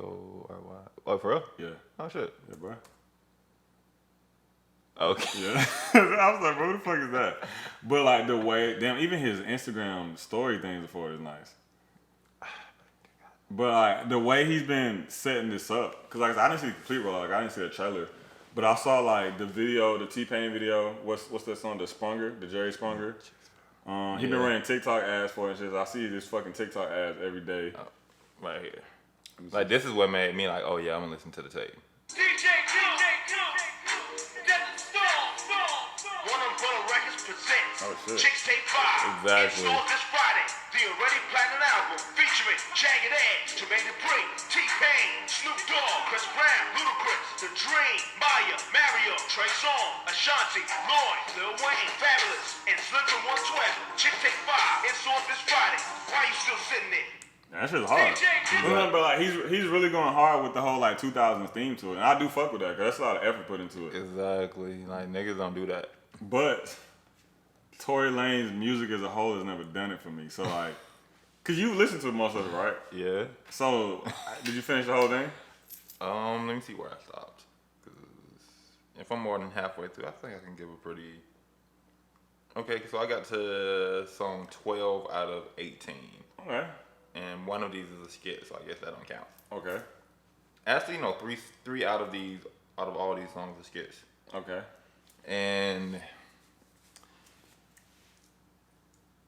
it's not making me a Tory Lanez fan. Okay. Like for real, it doesn't even feel like it doesn't even give me like that 90s, well not the 90s, but the early 2000s vibe. It's just giving me their instrumentals. So every single song is an early 2000s song, Yeah, and then he puts the artist on every single one of those. yeah. Like that's cool. I think the whole premise and the whole idea is like incredible. Yeah. But it's still Tory Lane style. Tory Lane's rapping, Tory Lane singing. In a minute, in this. Jerry Springer is nice. Jerry Springer is nice. I listen to that song. Jerry Springer is nice. He has another song. What is it? I'm thinking it's that song with Chris Brown called "The Take." Oh, that's the Take You Down remake? That. Yeah. I like that one. Okay. So, but you know, I gotta finish listening. So, and this is me off the top of my head. If this album doesn't do well, does that mean that music is officially done with the nostalgic wave? Because this is a lot of nostalgia in one project. It's like Tory Lanez is like collecting all of the nostalgia and like taking it for himself and putting it into this one project. He is. So, if it doesn't work for him, is it safe to think that it's not gonna work for? Is that Ashanti? Oh, that's what these Ashanti pictures didn't come from. He got these Ashanti pictures. This is the album cover. Because like I just saw a page posted pictures of her in like the white bralette and shorts and stuff, and they came in this shoot. I'm guessing. Man, my nigga Tory Lanez got Ashanti to come, or is that just an old Ashanti picture? No, that shit look HD as fuck. That shit new. That's one thing I didn't like about this. His album cover looked very today. Like it didn't feel like 2000. Like just looking at the album cover. Look at that shit. That shit was shot with a red camera. Shit was out with something I can't afford. Damn, but he got. Is that new? That has to be. What you mean? Maybe it's an Ashanti lookalike. Cause if Tory Lanez got Ashanti to come out the house in her underwear for this shoot, that's the GOAT right there already. Let's go to the photographers. Yeah, look that shit up. And you know he got to post because he want that clout. Covered by Mid Jordan. Okay. Oh, it says animation covered by. Covered by this nigga. See, Tory Lanez threw his graphic design some clout. All artists ain't bad. That is Ashanti. Said thank you Ashanti for being a part of it. That's crazy, bro. Tory Lanez got Ashanti to come out of her drawers, bro, for this shit. And lay on the bed for an album cover. That's some GOAT shit. I wonder if he shot his shot. Probably. No, I don't think so. I think Tory Lanez respect the people he asked to come out and do I work. mean, you can shoot your shot respectfully. That's true, but You just gotta, once you say no, respect that. But then it kind of violates the workspace. Does it? Yeah, bro. You ever have you ever been in the studio and shot your shot? As No. A girl in the studio? Yeah. Oh man, it can completely ruin the vibe. But I've shot my shot at somebody who I've been working with, and it didn't ruin it because I was like, oh, okay. But that's different. How? Cause it's like shooting a shot like your coworker at the clothing store isn't as awkward as like shooting your shot at this mega star act that still probably got some industry pull. I mean, It's like I guess you could probably quit it if you shot your shot at the manager and your manager said no. That's probably the closest it could get to. I have, and she did, and it didn't change anything. Somebody shot your shot at your manager and she said no. Yeah, like nothing changed. I mean, I could get into detail, but that's a story for another day. That's a story for another day. Wait, what job was That's a story for another day, man. That's a long story. No, wait, what job? At least tell me what job it is. That's all I asked. What job was it?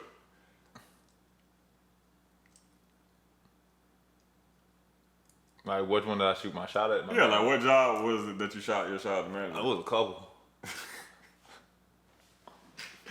I shot my shots at managers. Like, Bro, exactly. Like, bro, I gotta go for the ones who like up there can't be coming for you, like for you peasants. well, the only job I had where I shot at the manager was when I worked at Rack Roma. But yeah, I shot my shot at a couple managers. When I first got in there, bro, you just you be like a reckless new employee. You just kind of like fuck it. Exactly. Like You ain't learned the hierarchy yet and how things work. you can almost do whatever. No, you think you can do whatever. I mean, then you still play the you play the new card. I mean, in my defense, bro, like my very first week on that job, one of my managers was like, "Oh my God, you're so cute," and the other manager was like, "You fucking up. You lucky you cute. I would have, try to get you let go." So in my mind, I was like, "Man, that seems like a pretty blatant open invitation to come shoot your shot at me." Yeah. Yeah, that's what I mean. I would have took it as that. Yeah, exactly, bro. But Like, it could just be the guy in you feeling misogynistic. I mean, you're right. It could be. It could be the entitled male in me thinking like, oh, she showed a little bit of niceness to me. I should shoot my shot. Yeah. Or it could be she literally said, you're cute. You know. I mean, In my mind, you're cute is the key that unlocks the shoot your shot door. nah, man, that ain't not in this world today. I mean, it's not the key that says she has to accept the shot, but it at least opens the door to the shot. I mean, for you, for her, I feel like it's like she yelled it out the window and then closed. Like she that just window. wants you to know you're cute. Yeah, like she's a nice person who doesn't mind giving compliments. I've met a couple people like that. Fuck your whole world up. I mean, I have too. You're right, bro. Like those women, like, oh my god, you're so adorable. Like you say, like, oh, Exactly, right? You think, oh, you must be feeling me, but it's like, nah, I just my boyfriend would love you. We just like, what? Hold up. like, Oh, you weren't with me. Were you with me and TJ that night when we went to some house party somewhere in Buckhead, and then there was this girl there who went like Spellman, and I was trying to talk to her, and then like she introduced oh, us. and I do remember that. That was hilarious. That was hilarious. I'm never gonna forget that. Why don't you gonna explain it for the people, man? Nah, man, I'm trying to remember what it was. I remember the ending. It was me, you, and TJ. And bro, how the fuck did we? I just remember somehow we end up at this house party, this nice ass house in like Nice-ass house. North Atlanta. Like, I just remember we walking with a group of people. We walked past this big ass mansion, and they're like, "No, we're not going there. We're going to the like guest house." And then the guest house was like a regular size house. Bro, right? That just look like the neighbor's Yeah, house. exactly. What the guest house was like the neighbor's house in like the stone path. And there was this girl there. I'm trying to think. I gotta really paint this picture, bro, because like we were like 19 at the time. 19, 20 at the time. I remember that. Because I remember she was telling me how she was in med school.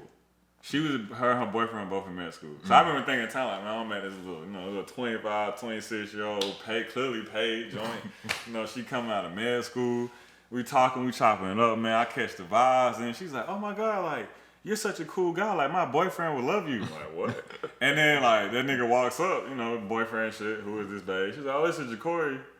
I just met him. He's a really cool guy. Y'all should talk to each other. And then it's like, me and this nigga both look at each other like, because it's like, he ain't stupid, man. He know how his girlfriend look, bro. He probably knew the second that she said, I just met him. Yeah. She knew what you Exactly, bro. Damn, man. You think she genuinely thought we would hit it off and become friends, or was she curving me? Wait, did you ever hit him up? No.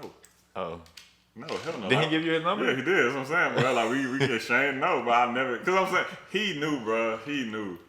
I think we both were just playing nice for her. Yeah, he knew. He fucking knew, bro. But then also he was older than us. It's like, what, you gonna beat up on a 19-year-old, bro? But you can appreciate that. Like, he knew and he was like, yeah. Yeah, it's a very classic way to handle somebody trying to get into your very sexy girlfriend.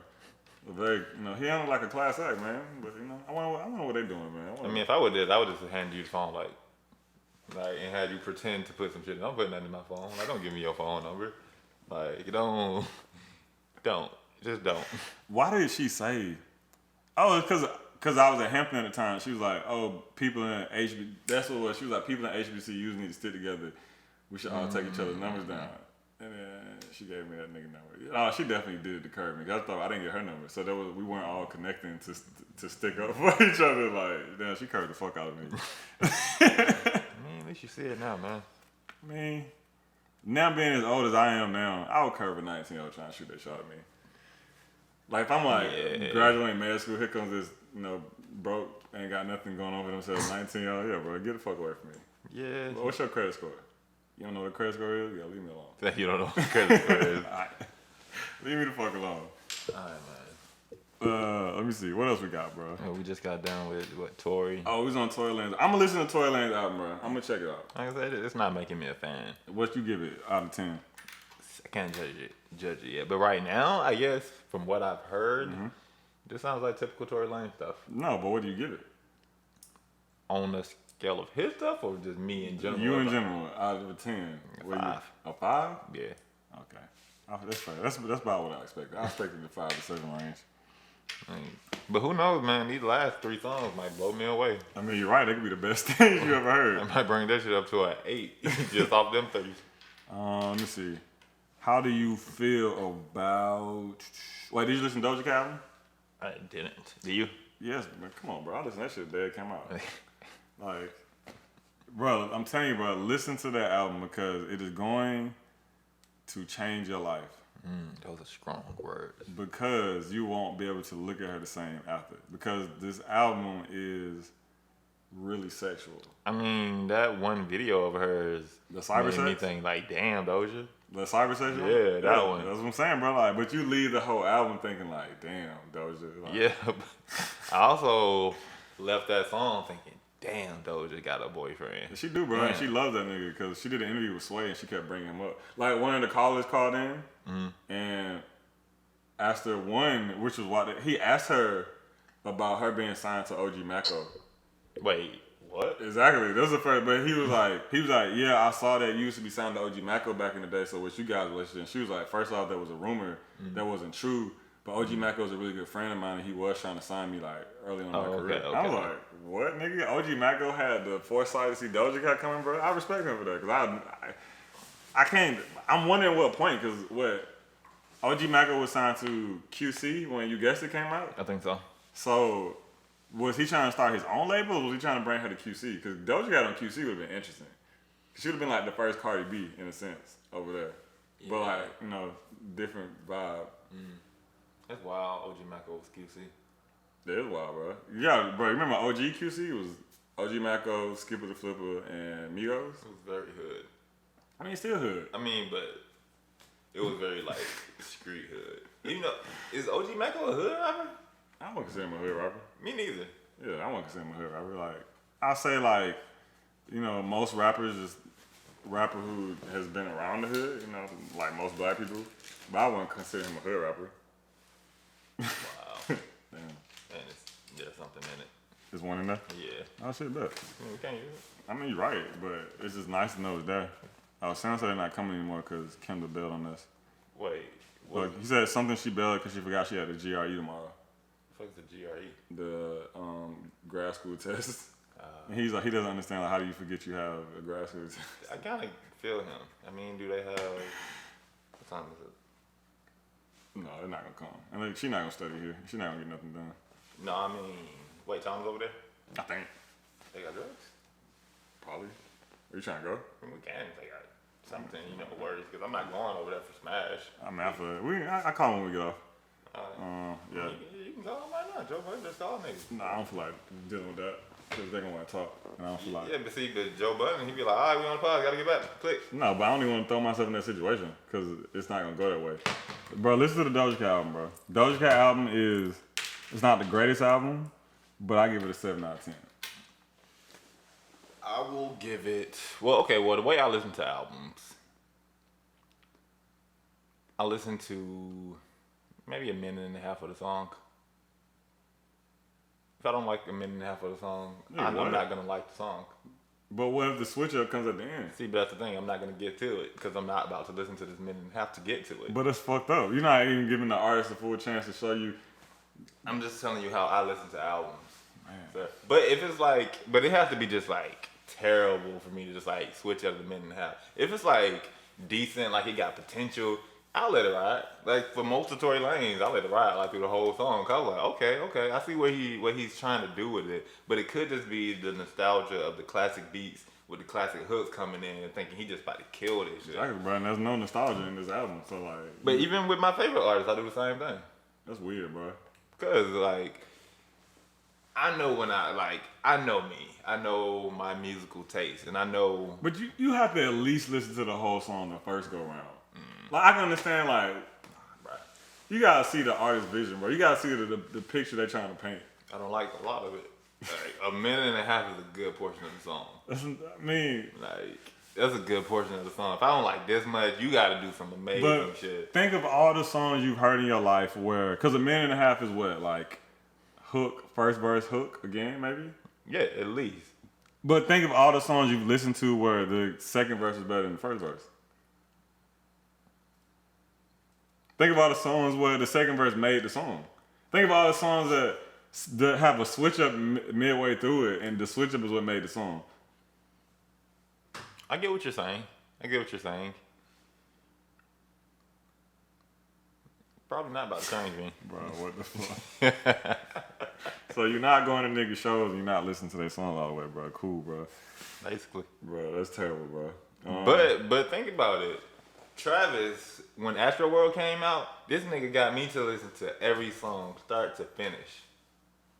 Because there was something particular about Travis Scott's nuts that just attracted you. just attracted you to them. I can't help it. You on every nigga nuts. Nah, bro. I ain't know nobody nuts, bro. I just understand and respect the artist's vision. I can respect it and not like it. No, but that's true. You're right. But you have to at least listen to it to be able to not like it. I listen to enough. Nah, bro. You gotta listen to the whole thing, bro. Like I get a beat enough time to come in good. Like I don't know if I can respect their music criticism knowing you only listen to like 60%. No. See, if the song's trash, it gets 60%. But if it's decent, it rides. But I'm probably never going back to it if it's just decent throughout the whole thing. But I respect that. I feel it.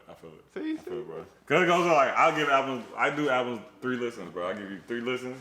And I go in, I pick the 4 songs I fuck with, and I never go back to the album ever again. I mean, if I come out of an album and I'm be like, yo, this album is trash, it gets that one listen. Like Yachty's Teenage Emotions, it got 1 listen out of me.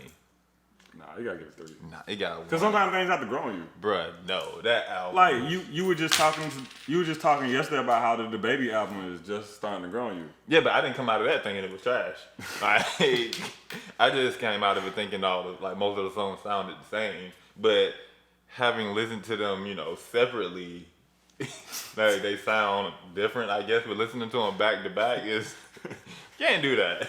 It's almost like listening to one long album. Somebody was telling me, who was it? Yana was telling me she went to Camp Flognaw and the Baby performed, and she was like, it felt like she was listening to the same song. See, exactly. For like 40 minutes straight. I was like, but I bet that shit was lit though. She was like, it was lit, but it sounded like we were just getting lit to one big song. See, man, that's the problem with the Baby, but he made good music. Like, I fuck with the Baby. Like, I like his album better than Tory Lanez. That's a weird comparison, but that's not fair. Why? Cause not the same type of music. They both rap. But Tory Lanez isn't a rapper. Let me see what the fuck his album under. R&B. Cause don't he decide what it's under?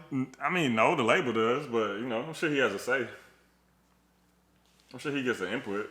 You say he gets an input? I'm sure he gets to throw his hoorahs out there. Well, okay. Well, since you're comparing it to R&B niggas. No, I didn't. You compared it to R&B. I said the Baby. No, that's what I'm saying. You said it's better than Tory Lanez. I'm saying you compared it to R&B. I'm saying I can only compare it to R&B niggas. Let me think of an R&B nigga. Is it better than Summer Walker album? No. Yeah, okay. I was ready to check you. I didn't know you. The fact you had to think about it is a little scary. Well, is it better than? Did you listen to Snow Allegra album? No, I didn't. Her album probably the best R&B album of the year. And I guess it's probably not better than that. Yeah. Because this album, I'm telling you, it's decent. It's a lot of hype behind it. It is a but lot it's of hype. Decent. He got a nice little press run going for it. Shit decent as fuck. Let me see. All right. We at 141. I mean, 15 minutes ago was you on the phone. That's fair. Was it? Yeah. You know what? We about to get actual. Like 15 minutes over you on the phone. It was like 7. Let me see. How you feel about? Oh shit! It was 7 minutes exactly. Well, good, man. I mean, you got a lot to say. Let me see. How you feel about? Oh, actually, since we're on Summer Walker, let's get. Yeah. So Summer Walker has canceled a good majority of her tour dates. She is citing the reason being social anxiety. Can you pull up that Instagram post she put up about? Yeah. She had like a long ass caption on it. Pretty much like Summer Walker. If you follow Summer Walker, like if you watch her, she's been very vocal about how she deals with anxiety and just different even really social anxiety is the best way to put it. Social anxiety issues, but this time she kind of let it stop her. Well, she didn't cancel the whole tour completely, but she canceled like a lot of dates. Did she get rid of that shit? That shit is funny as fuck. So when she supposed to do this? Yeah. When you shy as fuck, you need the money. I wanted to get into that is I think it's cool how her fan base is kind of like being able to joke about her cancer. So what does it say? I truly appreciate all the support and love. As you know, I have been very open about my struggle with social anxiety. I want to continue to be healthy and to make music for y'all. So I have decided to cut down some of the cities on the tour. I hope you all can understand. I'm grateful for every single one of you, and I hope that you understand I hope you understand that wellness and mental health is important. All canceled tour dates will be refunded ASAP. Thank you. And these are the remaining dates I'm playing. She got like 15 dates on there. Wait, see, I thought she canceled.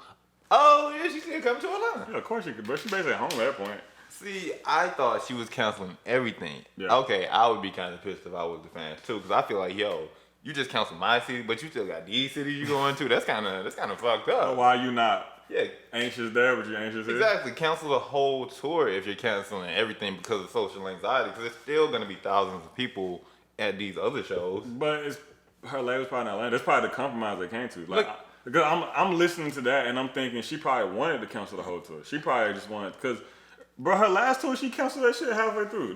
Her last tour before the album came out, she did like 4 dates and then just like dipped off for like vocal reasons, which now me knowing this about her, I feel like that was a lie. I feel like she wasn't really sick or anything. She was probably dealing with overwhelming anxiety and they just used it as an excuse to cancel it. So now it's like, okay, I can imagine her going to her label going, I don't want to do this. Can we cancel the tour? And they're going, no, nigga. We just bought you a Drake feature. So how about we compromise and instead of you doing, I think it was like 25 cities or something, you do 15 now. And she's like, okay. Man, Those are things the fans don't control. yeah, but But wouldn't you as a fan rather her be happy and healthy mentally and emotionally than her giving you a half-ass performance on stage, and then not only that, potentially breaking down on stage? Like, you don't want to see that, bro. You don't want to see a favorite artist break down on stage.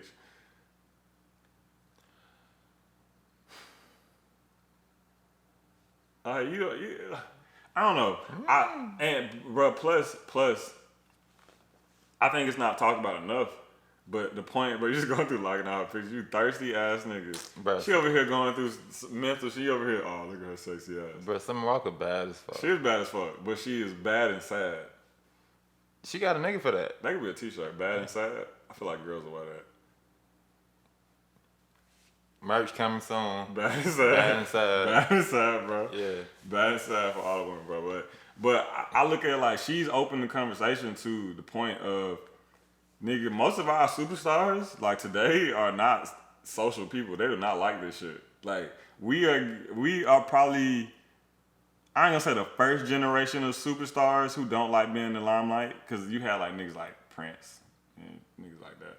Yeah. But the first who are open about it and then actively not doing things because of it. Like, our generation artists in a heartbeat would be like, I'm not feeling this shit, I'm shutting the whole shit down. Yeah. Whereas like back in the day, it'd be like, nigga, like, I don't know, like Aretha Franklin might be like, I want to go out here, and they're like, oh, too fucking bad. Oh, you gonna get this money. So I'm looking at like, man, if Summer Walker pulls it off successfully, I won't even say successfully, because I still think it's fucked up, but like I said, bro, like, I'm sure her label's like, nigga, we just dropped the Drake feature back on you, bro. Like, we need that money back.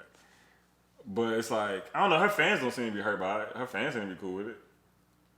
Well, did she turn the comments off, or that's just your laptop? No, I just think on this picture she probably did, because Okay. I definitely saw comments on some more pictures. Okay, but yeah, man. I wish Summer Walker the best, bro. I hope she gets better. I'm glad she's coming to the Atlanta show, so I can go stand outside and, you know what I'm saying? Be thirsty. No, not be thirsty, bro. Be appreciative. I mean, you can be thirsty and appreciative. Yeah, you're right, but I'm not trying to be thirsty. I'm just trying to be purely appreciative. So sexy.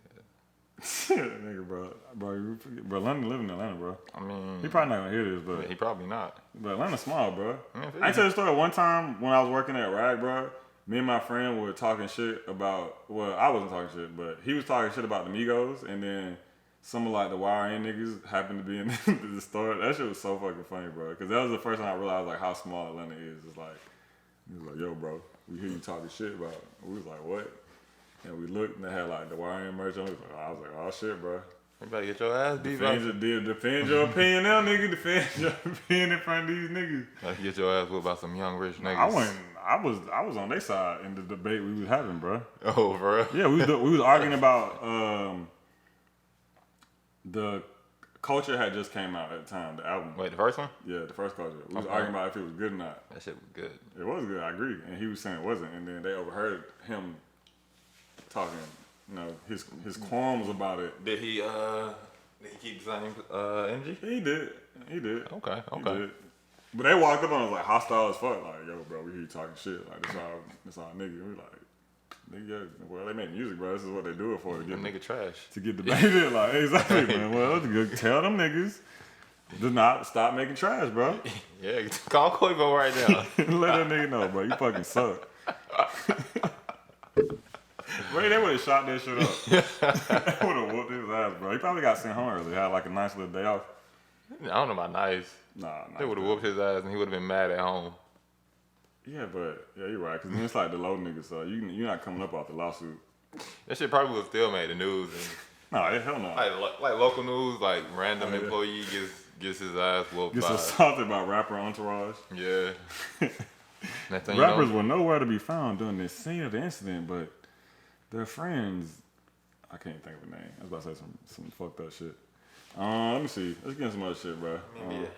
Get better, Summer Walker. We want to see you keep going on tour. Yeah, we do.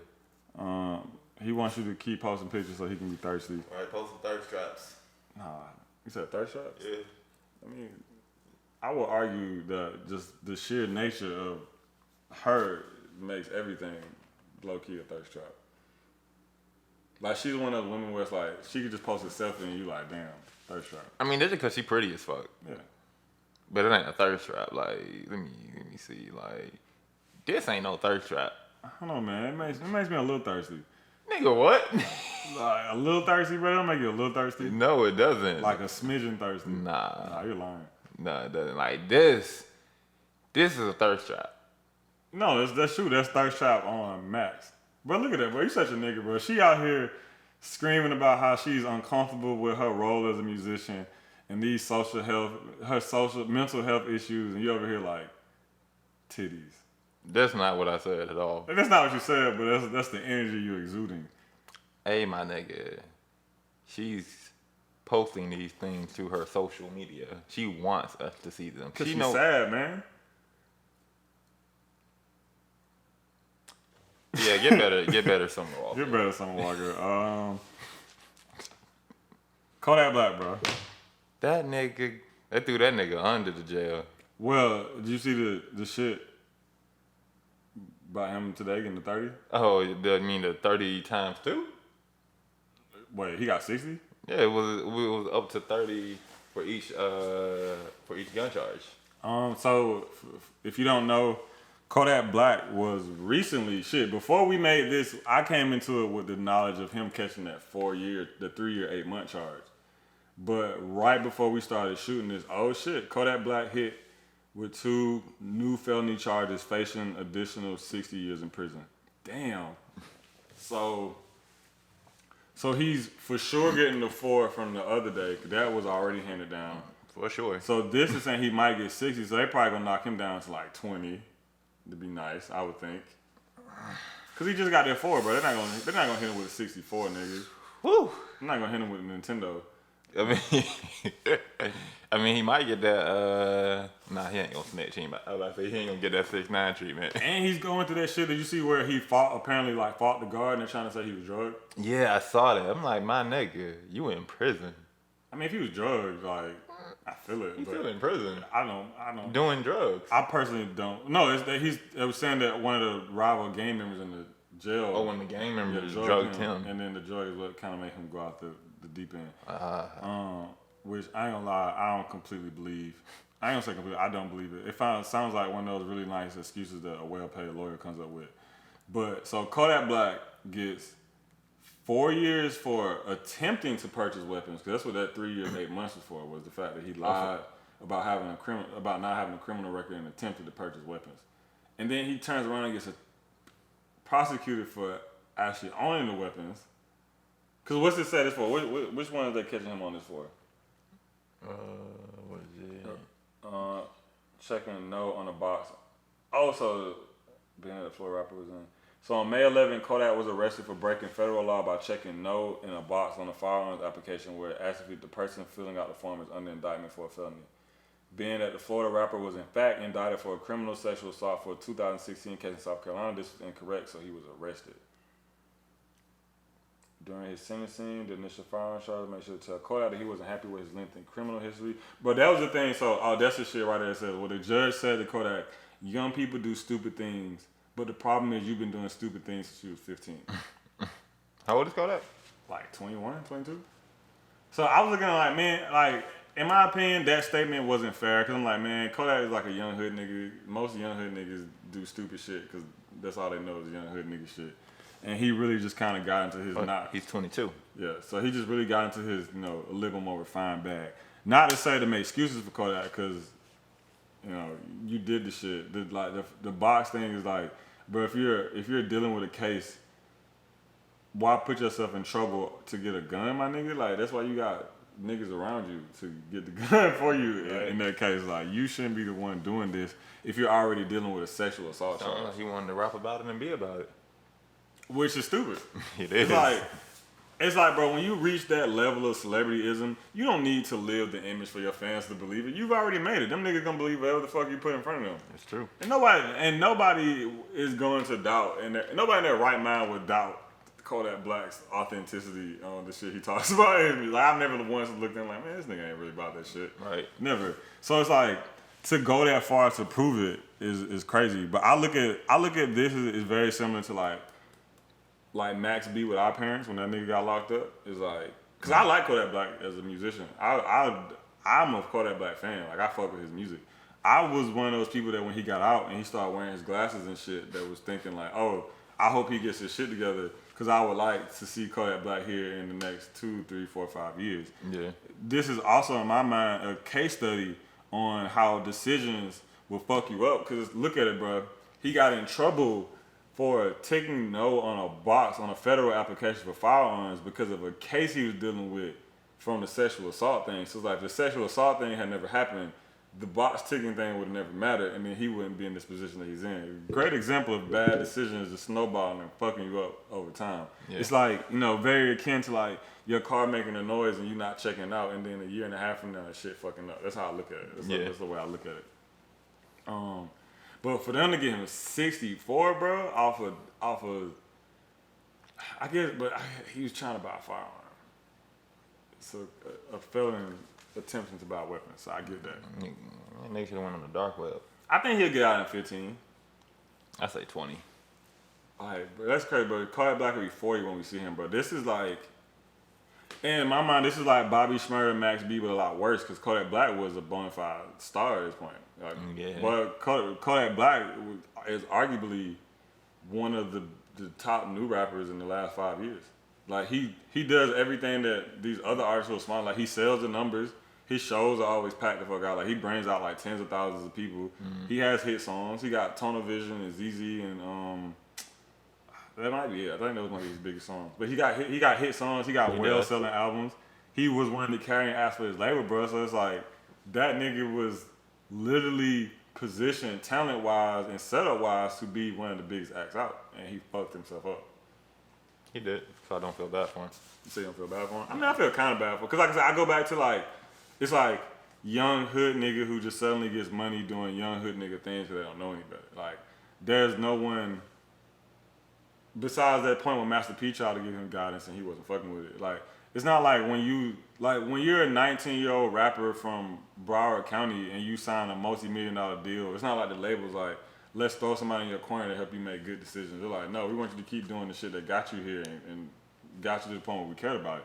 And then it's argued that they magnify it, because it's like, some of these things he probably wouldn't have even been caught up on had he just been like a regular nigga. It's like, it's like, do you remember the point when he got in trouble for being on his live because he had his son with him and he had a gun around him and his son. Yeah. So it's like, that's the type of shit. If it was a regular nigga, that would have never happened to him. He was just like, it'd been 6 people in his life like, bro, chill out, bro. Like, get your son out of there. I mean, like, but because he's Kodak Black, because of the light that's on him, they got that nigga over that shit. Which I'm not saying to defend it, but it's like, different circumstances, I guess. I mean, that's common sense. And it is common sense. You're right. Like a lot of the things he does do is just like, damn, bro. Like you can't be this. You can't be this ignorant to just how the way the world works. Yeah. Like, or you can't just be so emboldened, so hard body tied to your brand that it's making you make fucked up decisions in the name of entertainment.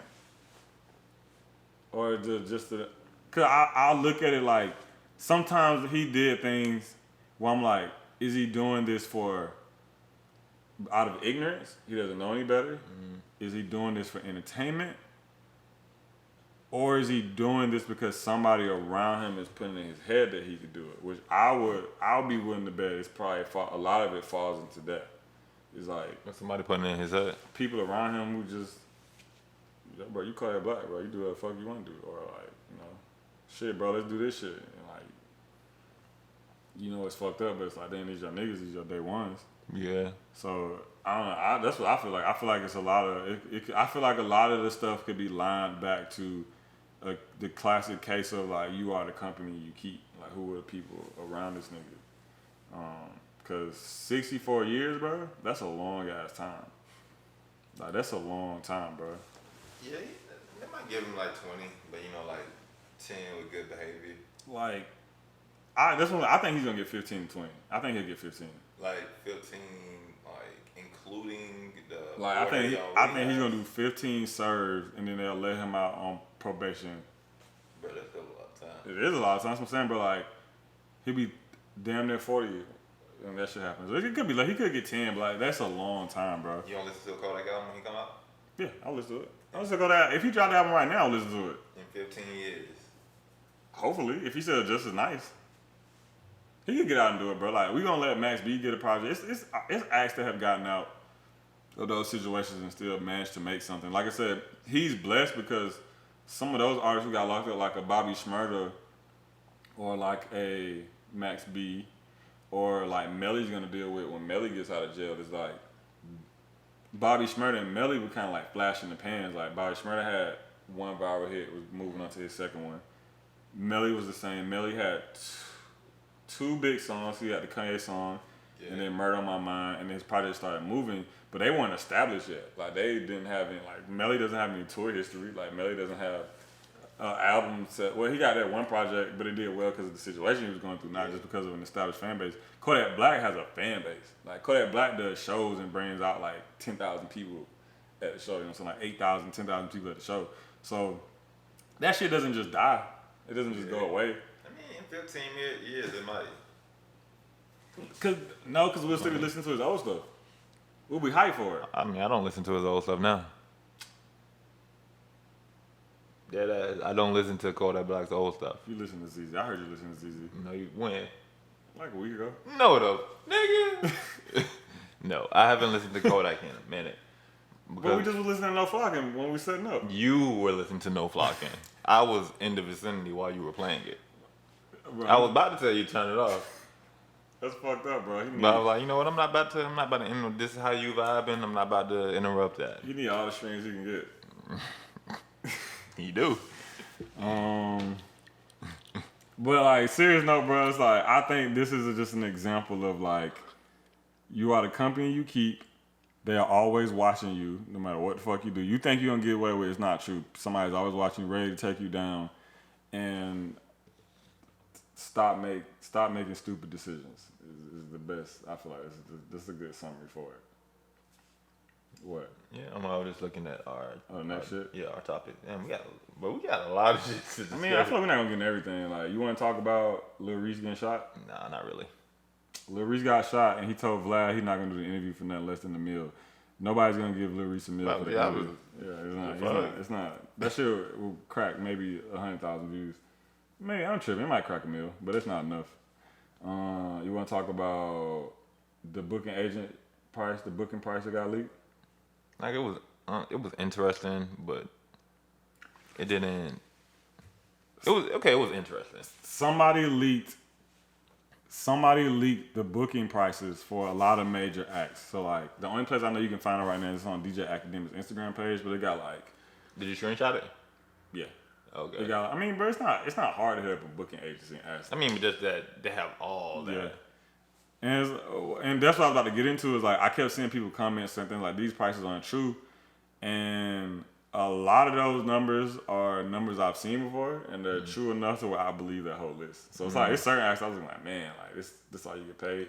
Like me and Sam was just talking yesterday about the disconnect. Well, let me back up. So the booking price got leaked, and the main thing that I was seeing people talk about was just like some of the correlations between like social clout and the amount of money that people was making. So like I saw like one of it was Ace Hood had a $100,000 booking price. Somebody was like, who the fuck is paying Ace Hood $100K to perform? And I'm like, I agree, but I could see he has enough hits that I could see in certain instances where somebody would pay him to come out.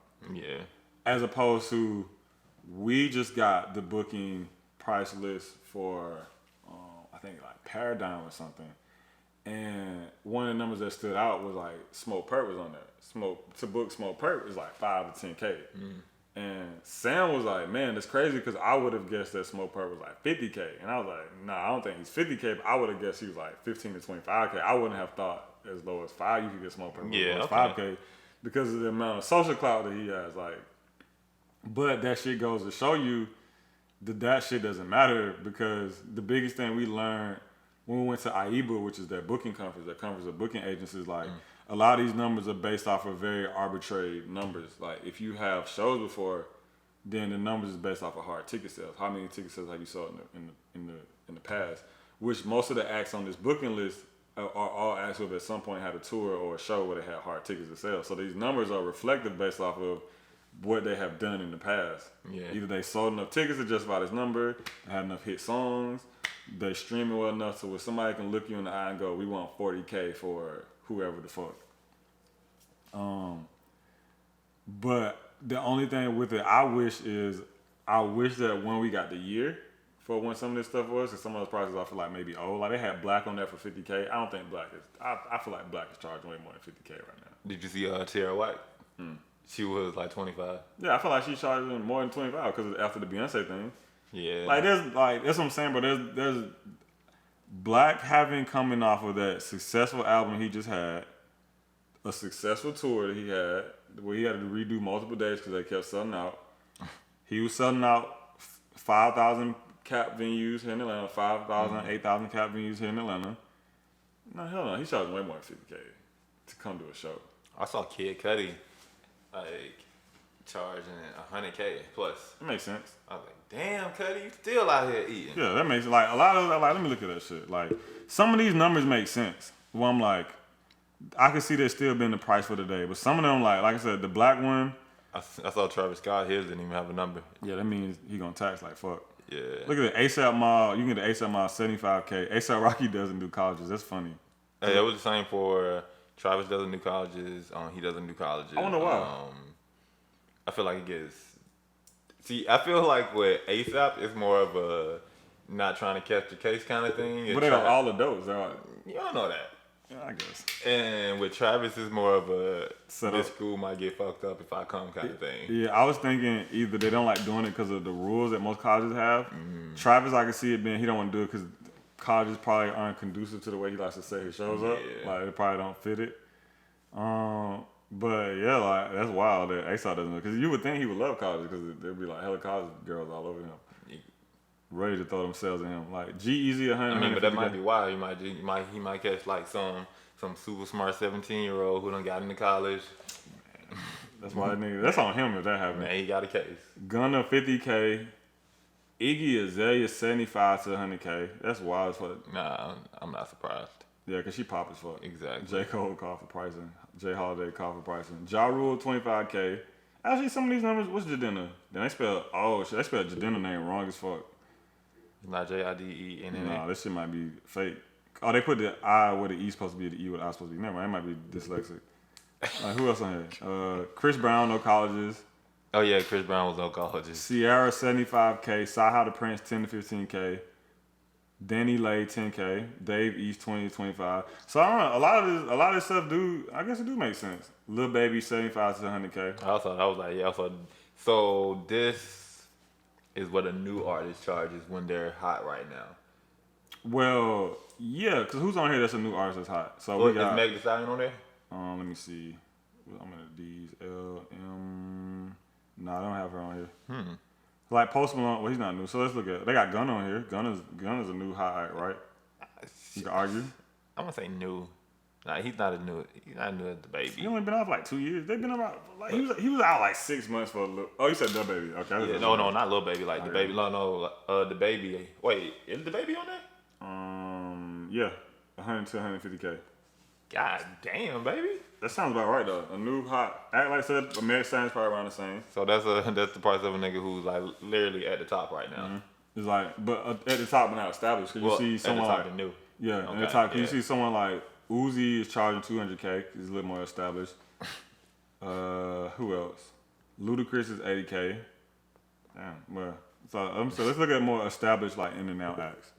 So like Ray Sherman 100K. I thought that would be less, honestly. For real, I thought it'd be more. I thought it'd be maybe like 75, 80. Cause that's basically 50 a piece. They don't have Travis on. Travis would be a great thing to tie to. Oh, they got Tyler Yahweh in here. Tyler Yahweh's only 5K. Damn, we could afford Tyler Yahweh. You gonna get it? Nah, probably not. We could. Valley is 7 to 10K. Yeah, man. So this shit, I feel like this shit breaks down a lot of those like, damn, these niggas getting money. It's like, nah, they're not really. They getting money, but like, and then plus the thing with these booking agencies, you gotta remember that like, these prices are prices that are put in place because the booking agency has to make money. The booking agency makes a cut of the money you get paid to perform. So that means like, really like that 5K might be like 3,500 because you gotta pay the booking agency. Yeah. So it's like that's where niggas are going. So it is interesting to look at what parts of careers these artists are at and correlated to like what they feel like their booking fee is worth. Yeah. Especially since most of these acts are going off hard ticket day. They've been around long enough to go off hard ticket day. What's Tory Lane's booking fee? I just want to know. Because he was talking about this on some shit. QR. Oh, it doesn't go to the T's. That's lame as fuck. Nah, it is. Because Travis is on there. Well, but they put Travis in the... Oh, there, yeah, you're right. But they don't have it in order. Because, yeah. Oh, right, here it is. Damn, they don't have Tory Lanez on here. Oh, they do right here. 50 to 75K. Oh, that sounds about That right. sounds about right, yeah. So it's looking like you're looking at like a newer, under-established act anywhere from like 5 to 10K. Mid-range established act probably like 20 to 50K. A hot act or a legacy popular act 100K plus, and then a superstar established act like 200K plus. Yeah. That's about right. I feel like Travis charging like 200 plus. I hope all you rap niggas look at this shit and realize that. Hey man, this ain't that. You said what? This ain't teaching rap niggas. No, I ain't trying to teach them. Saying I hope they look at this shit and they go like, damn, bro. Next time I try to tax this promoter, a rack for me to come perform, even though I only got 2,500 followers. This puts things into perspective for them and it allows them to move accordingly, man. Make good decisions moving out. Yeah. Or at least look at this and go like, damn, if fucking Lil Yachty can get 50K booked, I ain't get 50K booked. Yachty got his though. Nah, Yachty is. I ain't gonna disrespect Yachty, but Yachty earned that 50K. Let me see. What should we keep earning it? But that's a story for another day. We're not about to get into that. We're not getting some Yachty standard. Let me see what else we got. X is dropping another album. Last album of his career. Bad Vibes Forever Volume 1. I don't think it's gonna be the last one. I think so. Because I feel like they're only doing it because he was still contractually obligated to drop 3 albums. So like, or 5, I think. Actually, I think the contract was for 5 albums. Well, he might get a. I feel like he gonna get independent album. See, if they drop another album after saying that this is the last album, then it will confirm what a lot of X fans feel like, and this shit is just a money grab. Oh, definitely. But we don't know it's just a money grab. Yeah, because it feels like the label could have came to the state like, look, man, we understand he ain't here, but this nigga owed us some albums. Like, I mean, that's what it feel like because the last albums after Question Mark didn't feel. they feel unfinished. Yeah, they felt hollow. Yeah, like rough drafts of shit. Which is why I don't fuck with the idea of this album coming out because, like, man, I look at it like I compare X's situation and story very similar to like Tupac. Like I know a lot of people don't agree with that, but just it's too many similarities between for it to not be an easy comparison. Yeah. So it's looking at like Tupac dropped a lot of posthumous albums, like, and you would talk to maybe besides I can't think of the one that came out right after he died. A lot of people like that shit, but a lot of those albums that came out after Tupac died, I don't hear great things about them. People always say this like, they sound finished, they don't feel the same. This probably stuff he never wanted to get out. Yeah. So we've learned the lesson. We've learned the lesson with other acts, and then it's like to get to X, and it's like I think you brought up the point one day we were talking when I first mentioned him being contractually obligated to do these albums. You was like, man, you would think Question Mark sold enough albums to where he doesn't need to do all this. And I was like, you're right, because like Question Mark 1 was such a massive album just off of the strength of, because he was alive when Question Marks came out, right? Yeah. Yeah, so it was already doing these massive numbers when it came out. Then he passes. And then it does massive numbers because he's not here anymore.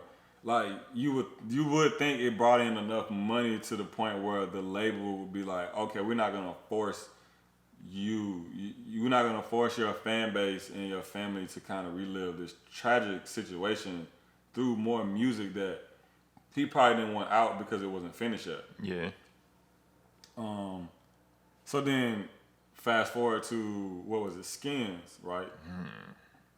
Yeah. Skins got terrible reception. Like it I think it hit #1 on Billboard, but that was just off of the strength of like it being an X album. Yeah, it was the very next one. Yeah, the very next X album. Right. So it didn't hit it off of quality. Like that shit came in and died fast. Much to what you were talking about is like people felt like it was just unfinished. Like it felt. It really felt like it. The Yeah. song was short. The whole thing was short. What is it, like 13 minutes or something like that? I think like 18, 20 minutes, something like that. It was a short album. So a bunch of unfinished stuff. So then it's like, man, is that what we're getting this time? Are we getting? Is this album like some? Because I'm guessing that. It was 20 minutes. Okay, yeah. So I'm guessing the name of it makes me feel like it's gonna be a compilation album, like with the rest of the members only. I hope not. You said you hope not. Actually, it doesn't need to come out. Nothing should have came out after Question Mark. Yeah, exactly. I agree. Like maybe I could see maybe like one last one. Like if he has some stuff. Like some finished stuff. Yeah, It's like some stuff that's just like, damn, bro, we definitely about to do this shit, like running with that shit. Yeah, I would get that, but like, And I think they just should have released it like, these are the songs that X actually finished. Yeah. Like, nothing has been messed with. This is what he did. They're not in a specific order. There's no cohesiveness to like track to track. These are just like a mixtape. exactly. That's what it should have. That's how they should have did it. Yeah, man. Like I said, I think a lot of it is, bro. It's so many people just feel like, bro, his mom was just like cash grabbing him. I won't say that because I can only imagine what it's like having your superstar son taking care of you and then he's just not here. Just like the emotional grief coupled with the fact that the financial is now gone, I can She understand. might not even want these to come out. Yeah, it's true. That's what I'm thinking. I feel like it's either her making the cash grab or the label really being strict on these terms. Which if it's the label being strict on these terms, it's like, man, are you so evil to hold a dead man to his signature? Yeah, Or is it just he's so profitable you want to hold his dead man to his it signature? went platinum. What went platinum? Question mark. Oh yeah, of course. Well, that shit was out here. That's what I'm saying. Like that shit did so well, you would think that they made their money back off of it. Like that shit when he died, bro. That shit broke like every streaming record ever at the time in that one day. Yeah, what was it? It was one song specifically. Sad. Yeah, sad, bro. Like Sad broke like every streaming record ever in like one day when that shit happened. Man. And Moonlight, because he dropped the Moonlight video like a couple days after the passing. So it's like, bro, like these tens of millions of dollars you just made from this man that can't. Well, his estate collects on it, so I guess like whatever. But Still, she got a nice check from that. yeah, she do, bro. Like, she got a nice check from that. She probably still getting checks from that. No, yeah, definitely. Are you gonna listen to it? What? Bad Vibes Forever Of One. course. Like I got to. I'm listening. Like I got to listen to this new X. I think I'm gonna listen to it and judge it compared to Skins, but not judge it compared to Question Mark. Oh yeah, definitely. All right, we back. Last time, man. Back for the third time. Back for the third time. Technical difficulties. Kinda cold in here. You It passing was my jacket? a nippy, man. I got you, bro. Let me see. Appreciate it. But yeah, we was talking about the X album, bro. Yeah, like I said, I feel like the rollout for this and just what they do after approved to us. Are they putting out X music because they really want fans to have X music, or are they just trying to milk? Or are they trying to milk a dead man, or is it really this label holding a dead man to his signature, even though he made them Could be both. a shit ton of money already? Yeah, I would go with both. Both? Yeah. Like, yeah, we don't have to do this, but you know, we do have a contract. Man, he did say 5, man. He did say 5, bro. And he do got music. I don't know. We're gonna see. That shit gonna break every streaming record anyway. I'm gonna listen to it. I don't think it will. I'm gonna judge it against Skins and not question mark. Yeah, And then, definitely. Shit, we definitely gonna talk about it when this shit come out. Let me see, man. Shit, what else we got? That might be it, man. I mean, you didn't want to talk about ReZero. We'll move over some. The camera's Nice. Yeah. Yeah, I think that's pretty much it, man. You didn't want to talk about ReZero. Let me see. Well, I mean, I ain't caught up on Dr. Stone yet to really talk about it. I gotta watch the new episode. see, this is why we can't have a proper anime segment. You want to catch up on shit? Yes. Well, stop bruh. watching shit without me, nigga. You said without you, so that means you can watch it without me. No, it's not true. Why? Because I, as a extremely busy content creator / small business owner. But apparently you have time to watch it with me.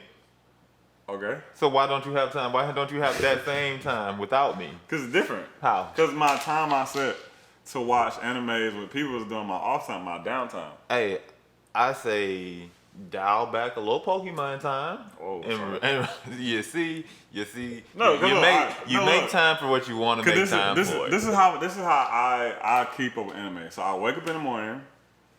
I do my thug thizzle in the morning, you know what I'm saying? Wake up, bullshit a little bit, read, go to the gym. I come back, I watch anime while I'm eating breakfast. That's when I watch 2 to 3 episodes of something I'm catching with. Boom, dive into my work.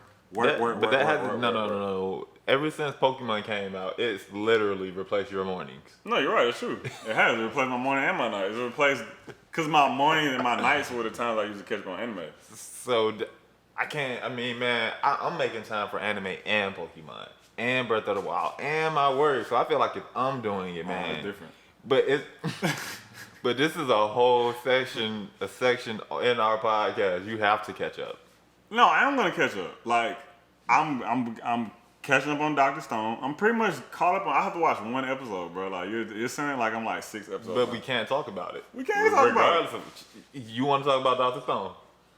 What I've seen, we could talk about. But I'm only 1 episode behind on the dub. Yeah, but things. We're not even gonna go there. No, bro, I'm 1 episode behind on the dub. I'm basically caught up. Notice how he had to specify.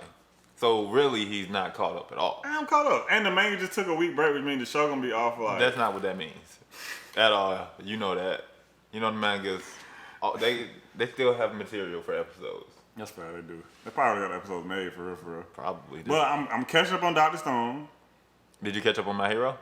Yeah, I caught up on. Well, I gotta watch the episode. Exactly. But that's one episode, bro. So no. That's 1 episode. I'm probably gonna watch it as soon as we get off.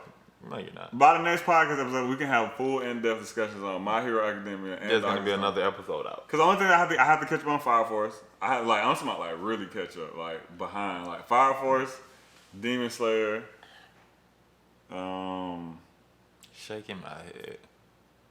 I still don't know if I'm gonna catch up on Attack on Titans. New season come out next year, I think. I might just for that. Just so I can catch up with it. I gotta catch up on still Full Metal Alchemist. I still gotta get through I'm that. about to catch up. Finish. Whatever. I gotta get through Full Metal. I mean, other than that, yeah, that's it, man. I don't really have any new episodes. I'm making new episodes I have to catch up on besides My Hero Academia, Dr. Stone, Demon Slayer, Fire Force. That's it. Everything else, I'm pretty there. So, we can talk about Dr. Stone and My Hero Academia next week, man. I can, since apparently whatever happened in these episodes I missed is just so important, so pertinent to the storyline that they can't be discussed without those details. Yeah. Because last time I watched Dr. Stone when he was like, Guess we're going to war, fellas. Well, you want me to know? You don't know the last thing he said, like not just the last thing. To give you context on the last thing that he pretty much said. Yeah. All right, guys. Guess we're making cell phones. I don't know what that's Yes. about. What? Exactly. You see how you Nigga, see that what? contrast? You see that? Nigga, what? They about to make cell phones? This nigga can make phones, my nigga. Oh, you got to wait. Exactly. You see how much we can't talk about. Oh, you're right. I catch up on. I watch Dr. Stone tonight before I go to sleep. I watch that night, My Hero Academia, and then we can talk about it next week. Cause now I watch, cause those come out on Fridays too. So I can actually watch it before we shoot, man. It be fresh in my brain, bro. That's it. That's all I ask, man. That's all I ask. Shit. Other than that, man, I guess that's it, man. Let me see. Akira 30-year anniversary coming up. I'm sure they're gonna do something special for that. I never watched the whole movie, but I've always heard that it's like a classic anime movie. Yeah, if our podcast was bigger, niggas would probably come at you because of it. Now, Sandra texted me, Grant got you a cake. You have to come now. No, you don't. That's true. I don't. you can hit him out like, no, I don't. Grant lives close to me. I can wait till he get home. Meet him halfway. Like, hey, Grant, we'll meet you. Exactly. I don't have to drive 30 minutes to your house, sir. But I'm gonna watch Akira, bro. Well, I'm thinking now, cause Akira's on that list of like those classic anime movies I know I need to watch. Like that. What's the one with like the weird like rabbit looking thing? It's like a big. What? It's like Totoro. Oh, My Neighbor Totoro? Yeah, My Neighbor Totoro. I never watched that. That's a lot of them, man. You wanna watch some anime movies tonight, man? We can. What's that? Firefly shit? Never watched that. Oh, Grave of the Firefly? Yeah, never One watched of that. my favorite anime movies. Like a lot of those classic, cause you gotta think, but when those movies came out, I wasn't in the anime. That movie, I think Grave of the Fireflies came out like before I was in anime, but it was one of those movies that I just so happened to come across. Grave of the Firefly used to come on Adult Swim, right? No, It didn't? no, I caught it on demand. I remember we had Comcast, and it was the first time I almost cried from a movie. Like Lion King couldn't do it, but Toy Story couldn't do it. Wait, you said Toy Story 4? I was a grown No. man. You talking about 3 when Three, they yeah, almost three, yeah. I was a grown man when that came out. When he was like 16. When Toy Story 3 came Yeah, out, when he was my like nigga, 16, no. bro. Cause I remember when I watched it on Nope. the computer. So and you my- saying you were 15? That's what you telling Oh, me. maybe you was 17 and I was 16, So you bro. said you Look that shit up. Look it up. What year? I don't know, right? Just type in Toy Story 3. What? Where is this? 2010, exactly, nigga. What We was is still in this? high school. What was I? Yes, nigga. Look at that shit. Bruh, this does not feel like I was in high school Well, when I don't Toy know what to Story tell you, 3 man, came because there's out. a date right there in black and white text, nigga. Google lying. All right, whatever, bro. So, like I said, Was it 9 Like, years? like I Nah. You was like 19, my nigga. You were not. in 2010. You was like 18. You were no, 2010 when that came out, I was like, it was I 9 was like years 16 ago. or 17. It was 9 years ago. You just turned. Yeah, you were fucking 18, 19. No, but in 2010, 9 bro, years? I turned 18 in 2011. I mean, but I'm just doing math. Okay. I'm telling you how old I was when this shit came out. Yeah, some ain't adding up. No, bro. Cause 9 years ago, today. Because this movie probably came out before November, so I would have been 17. That's fair. Okay, I'll give you that. I'll give you that one. Okay, it came out in June. I'll give you that. Yeah, bro. I give you that. Thank you, man. And I remember I almost cried, bro. See, nah, it didn't make me cry. It wasn't that shit going towards the fire, bro. Bro, That shit sucked. it wasn't even sad. They started holding hands, bro. I was like, man. I knew they wasn't gonna die. Nah, you knew they wasn't gonna die. No, we didn't. Bro, it's Toy Story. Because the movie only had like 16 minutes left, and I was like, man, this could be how they ended, bro, right here. Like, I just knew the end of the movie was coming. And everything was gonna be wrapped up in a bow nicely, like it was. I ain't know that, man. I wasn't emotionally cognizant enough to think that. At 17, almost 18, you weren't. This rated G movie. Was it rated G? I don't know. Nah, that shit was rated at least a But PG. At least a 17. Yeah, at least You a said PG. At least a PG, bro. At least PG. Where is it? Man, it feels like a G movie. Animation, comedy, and kids? Come on, bro. Damn, I don't even see the rating. I think it said PG. Nah, that's what Google search said. Whatever, bro. Like I was saying, man, I'm probably just gonna wait till this 30-year anniversary of Akira before I watch it. 'Cause I feel they're gonna do some special shit. Probably gonna be on everything. They might. They probably bring it to movie theaters. And yeah, they might release it in the movies like Oh, that. G-rated. So this G-rated movie, you weren't cognitive enough to know that they weren't gonna die. No, bro. I really believe, man. I thought, because Toy Story gets dark at times, but Toy Story is dark sometimes. It do, but they always have a happy ending. Even like, what was that one? Inside. That got depressing at some point. Like they got like, The one about the emotions? yeah, they got dark. I never finished that. But it had this great movie. Highly recommend highly recommend Inside for anybody who hasn't seen it. Good movie. I've seen it like 8 times. Damn, nigga. Yeah, it's a good movie. But 8 times, though? But it's a good movie. You don't understand. Last time you could have been listening to that Doja Cat album or whatever. Doja Cat wasn't a thing. She was a thing. She was somewhere doing her thing. Right, with her man. Shit. I think that's it, bro. I ain't got nothing. You got something else you want? No, we just got wrapped up in this Disney stuff. Did it came out in? No. Oh, the Disney Plus? Oh, you talking about this shit? Yeah, I'm talking about Toy Story. Yeah, we got wrapped up in that. Okay. Shit. Yeah, I ain't got nothing else, man. I know in the pilot episode we said we was gonna figure out a way to start playing music. We forgot for this one. So niggas don't have any music set up. But the next one, we gonna figure it out. I think the next one, man, we gonna test it out with some music from people we know that we know we're gonna get flagged for. I think Tone dropping a song. We'll play Tone's song in the next one just to see how it go. I mean, we could have like, we can get a couple choices each, or one choice each. Yeah, one choice each. Yeah, just play some unknown nigga. Not unknown, but like some small nigga shit. That'd be cool. We could do that. We'll do that next one. So we'll pick like one song from like niggas that haven't like popped off or blown up yet, and then we'll run with that. You know what I'm saying? Does that sound good to you? Yeah. That sound good enough. Bro, look at this. You got a 98%. So Toy Story 3. Did it? Yeah. Anyway, that's it. That's our show. Appreciate y'all for watching another episode of Untitled, Unmastered as of now until we figure something out. Yeah, shit should be out. You know what I'm saying? At names in description. Come follow us on IG, Twitter, niggas on TikTok if you're trying to laugh. And then like and subscribe. Share this with a friend or two if you fuck with what we got going on. If not, still like and subscribe so you can at least talk shit that's in the comments, man. We take all the smoke in the comments. Yeah, we do. All the smoke. Drop those Nintendo Switch accounts with me. I'm trying to handle all the smoke and Pokemon and shit. Other than that, bro, yeah, we'll see y'all next time. All right, you good? Yeah, I'm good. All right, peace. Peace. I don't think you're ready for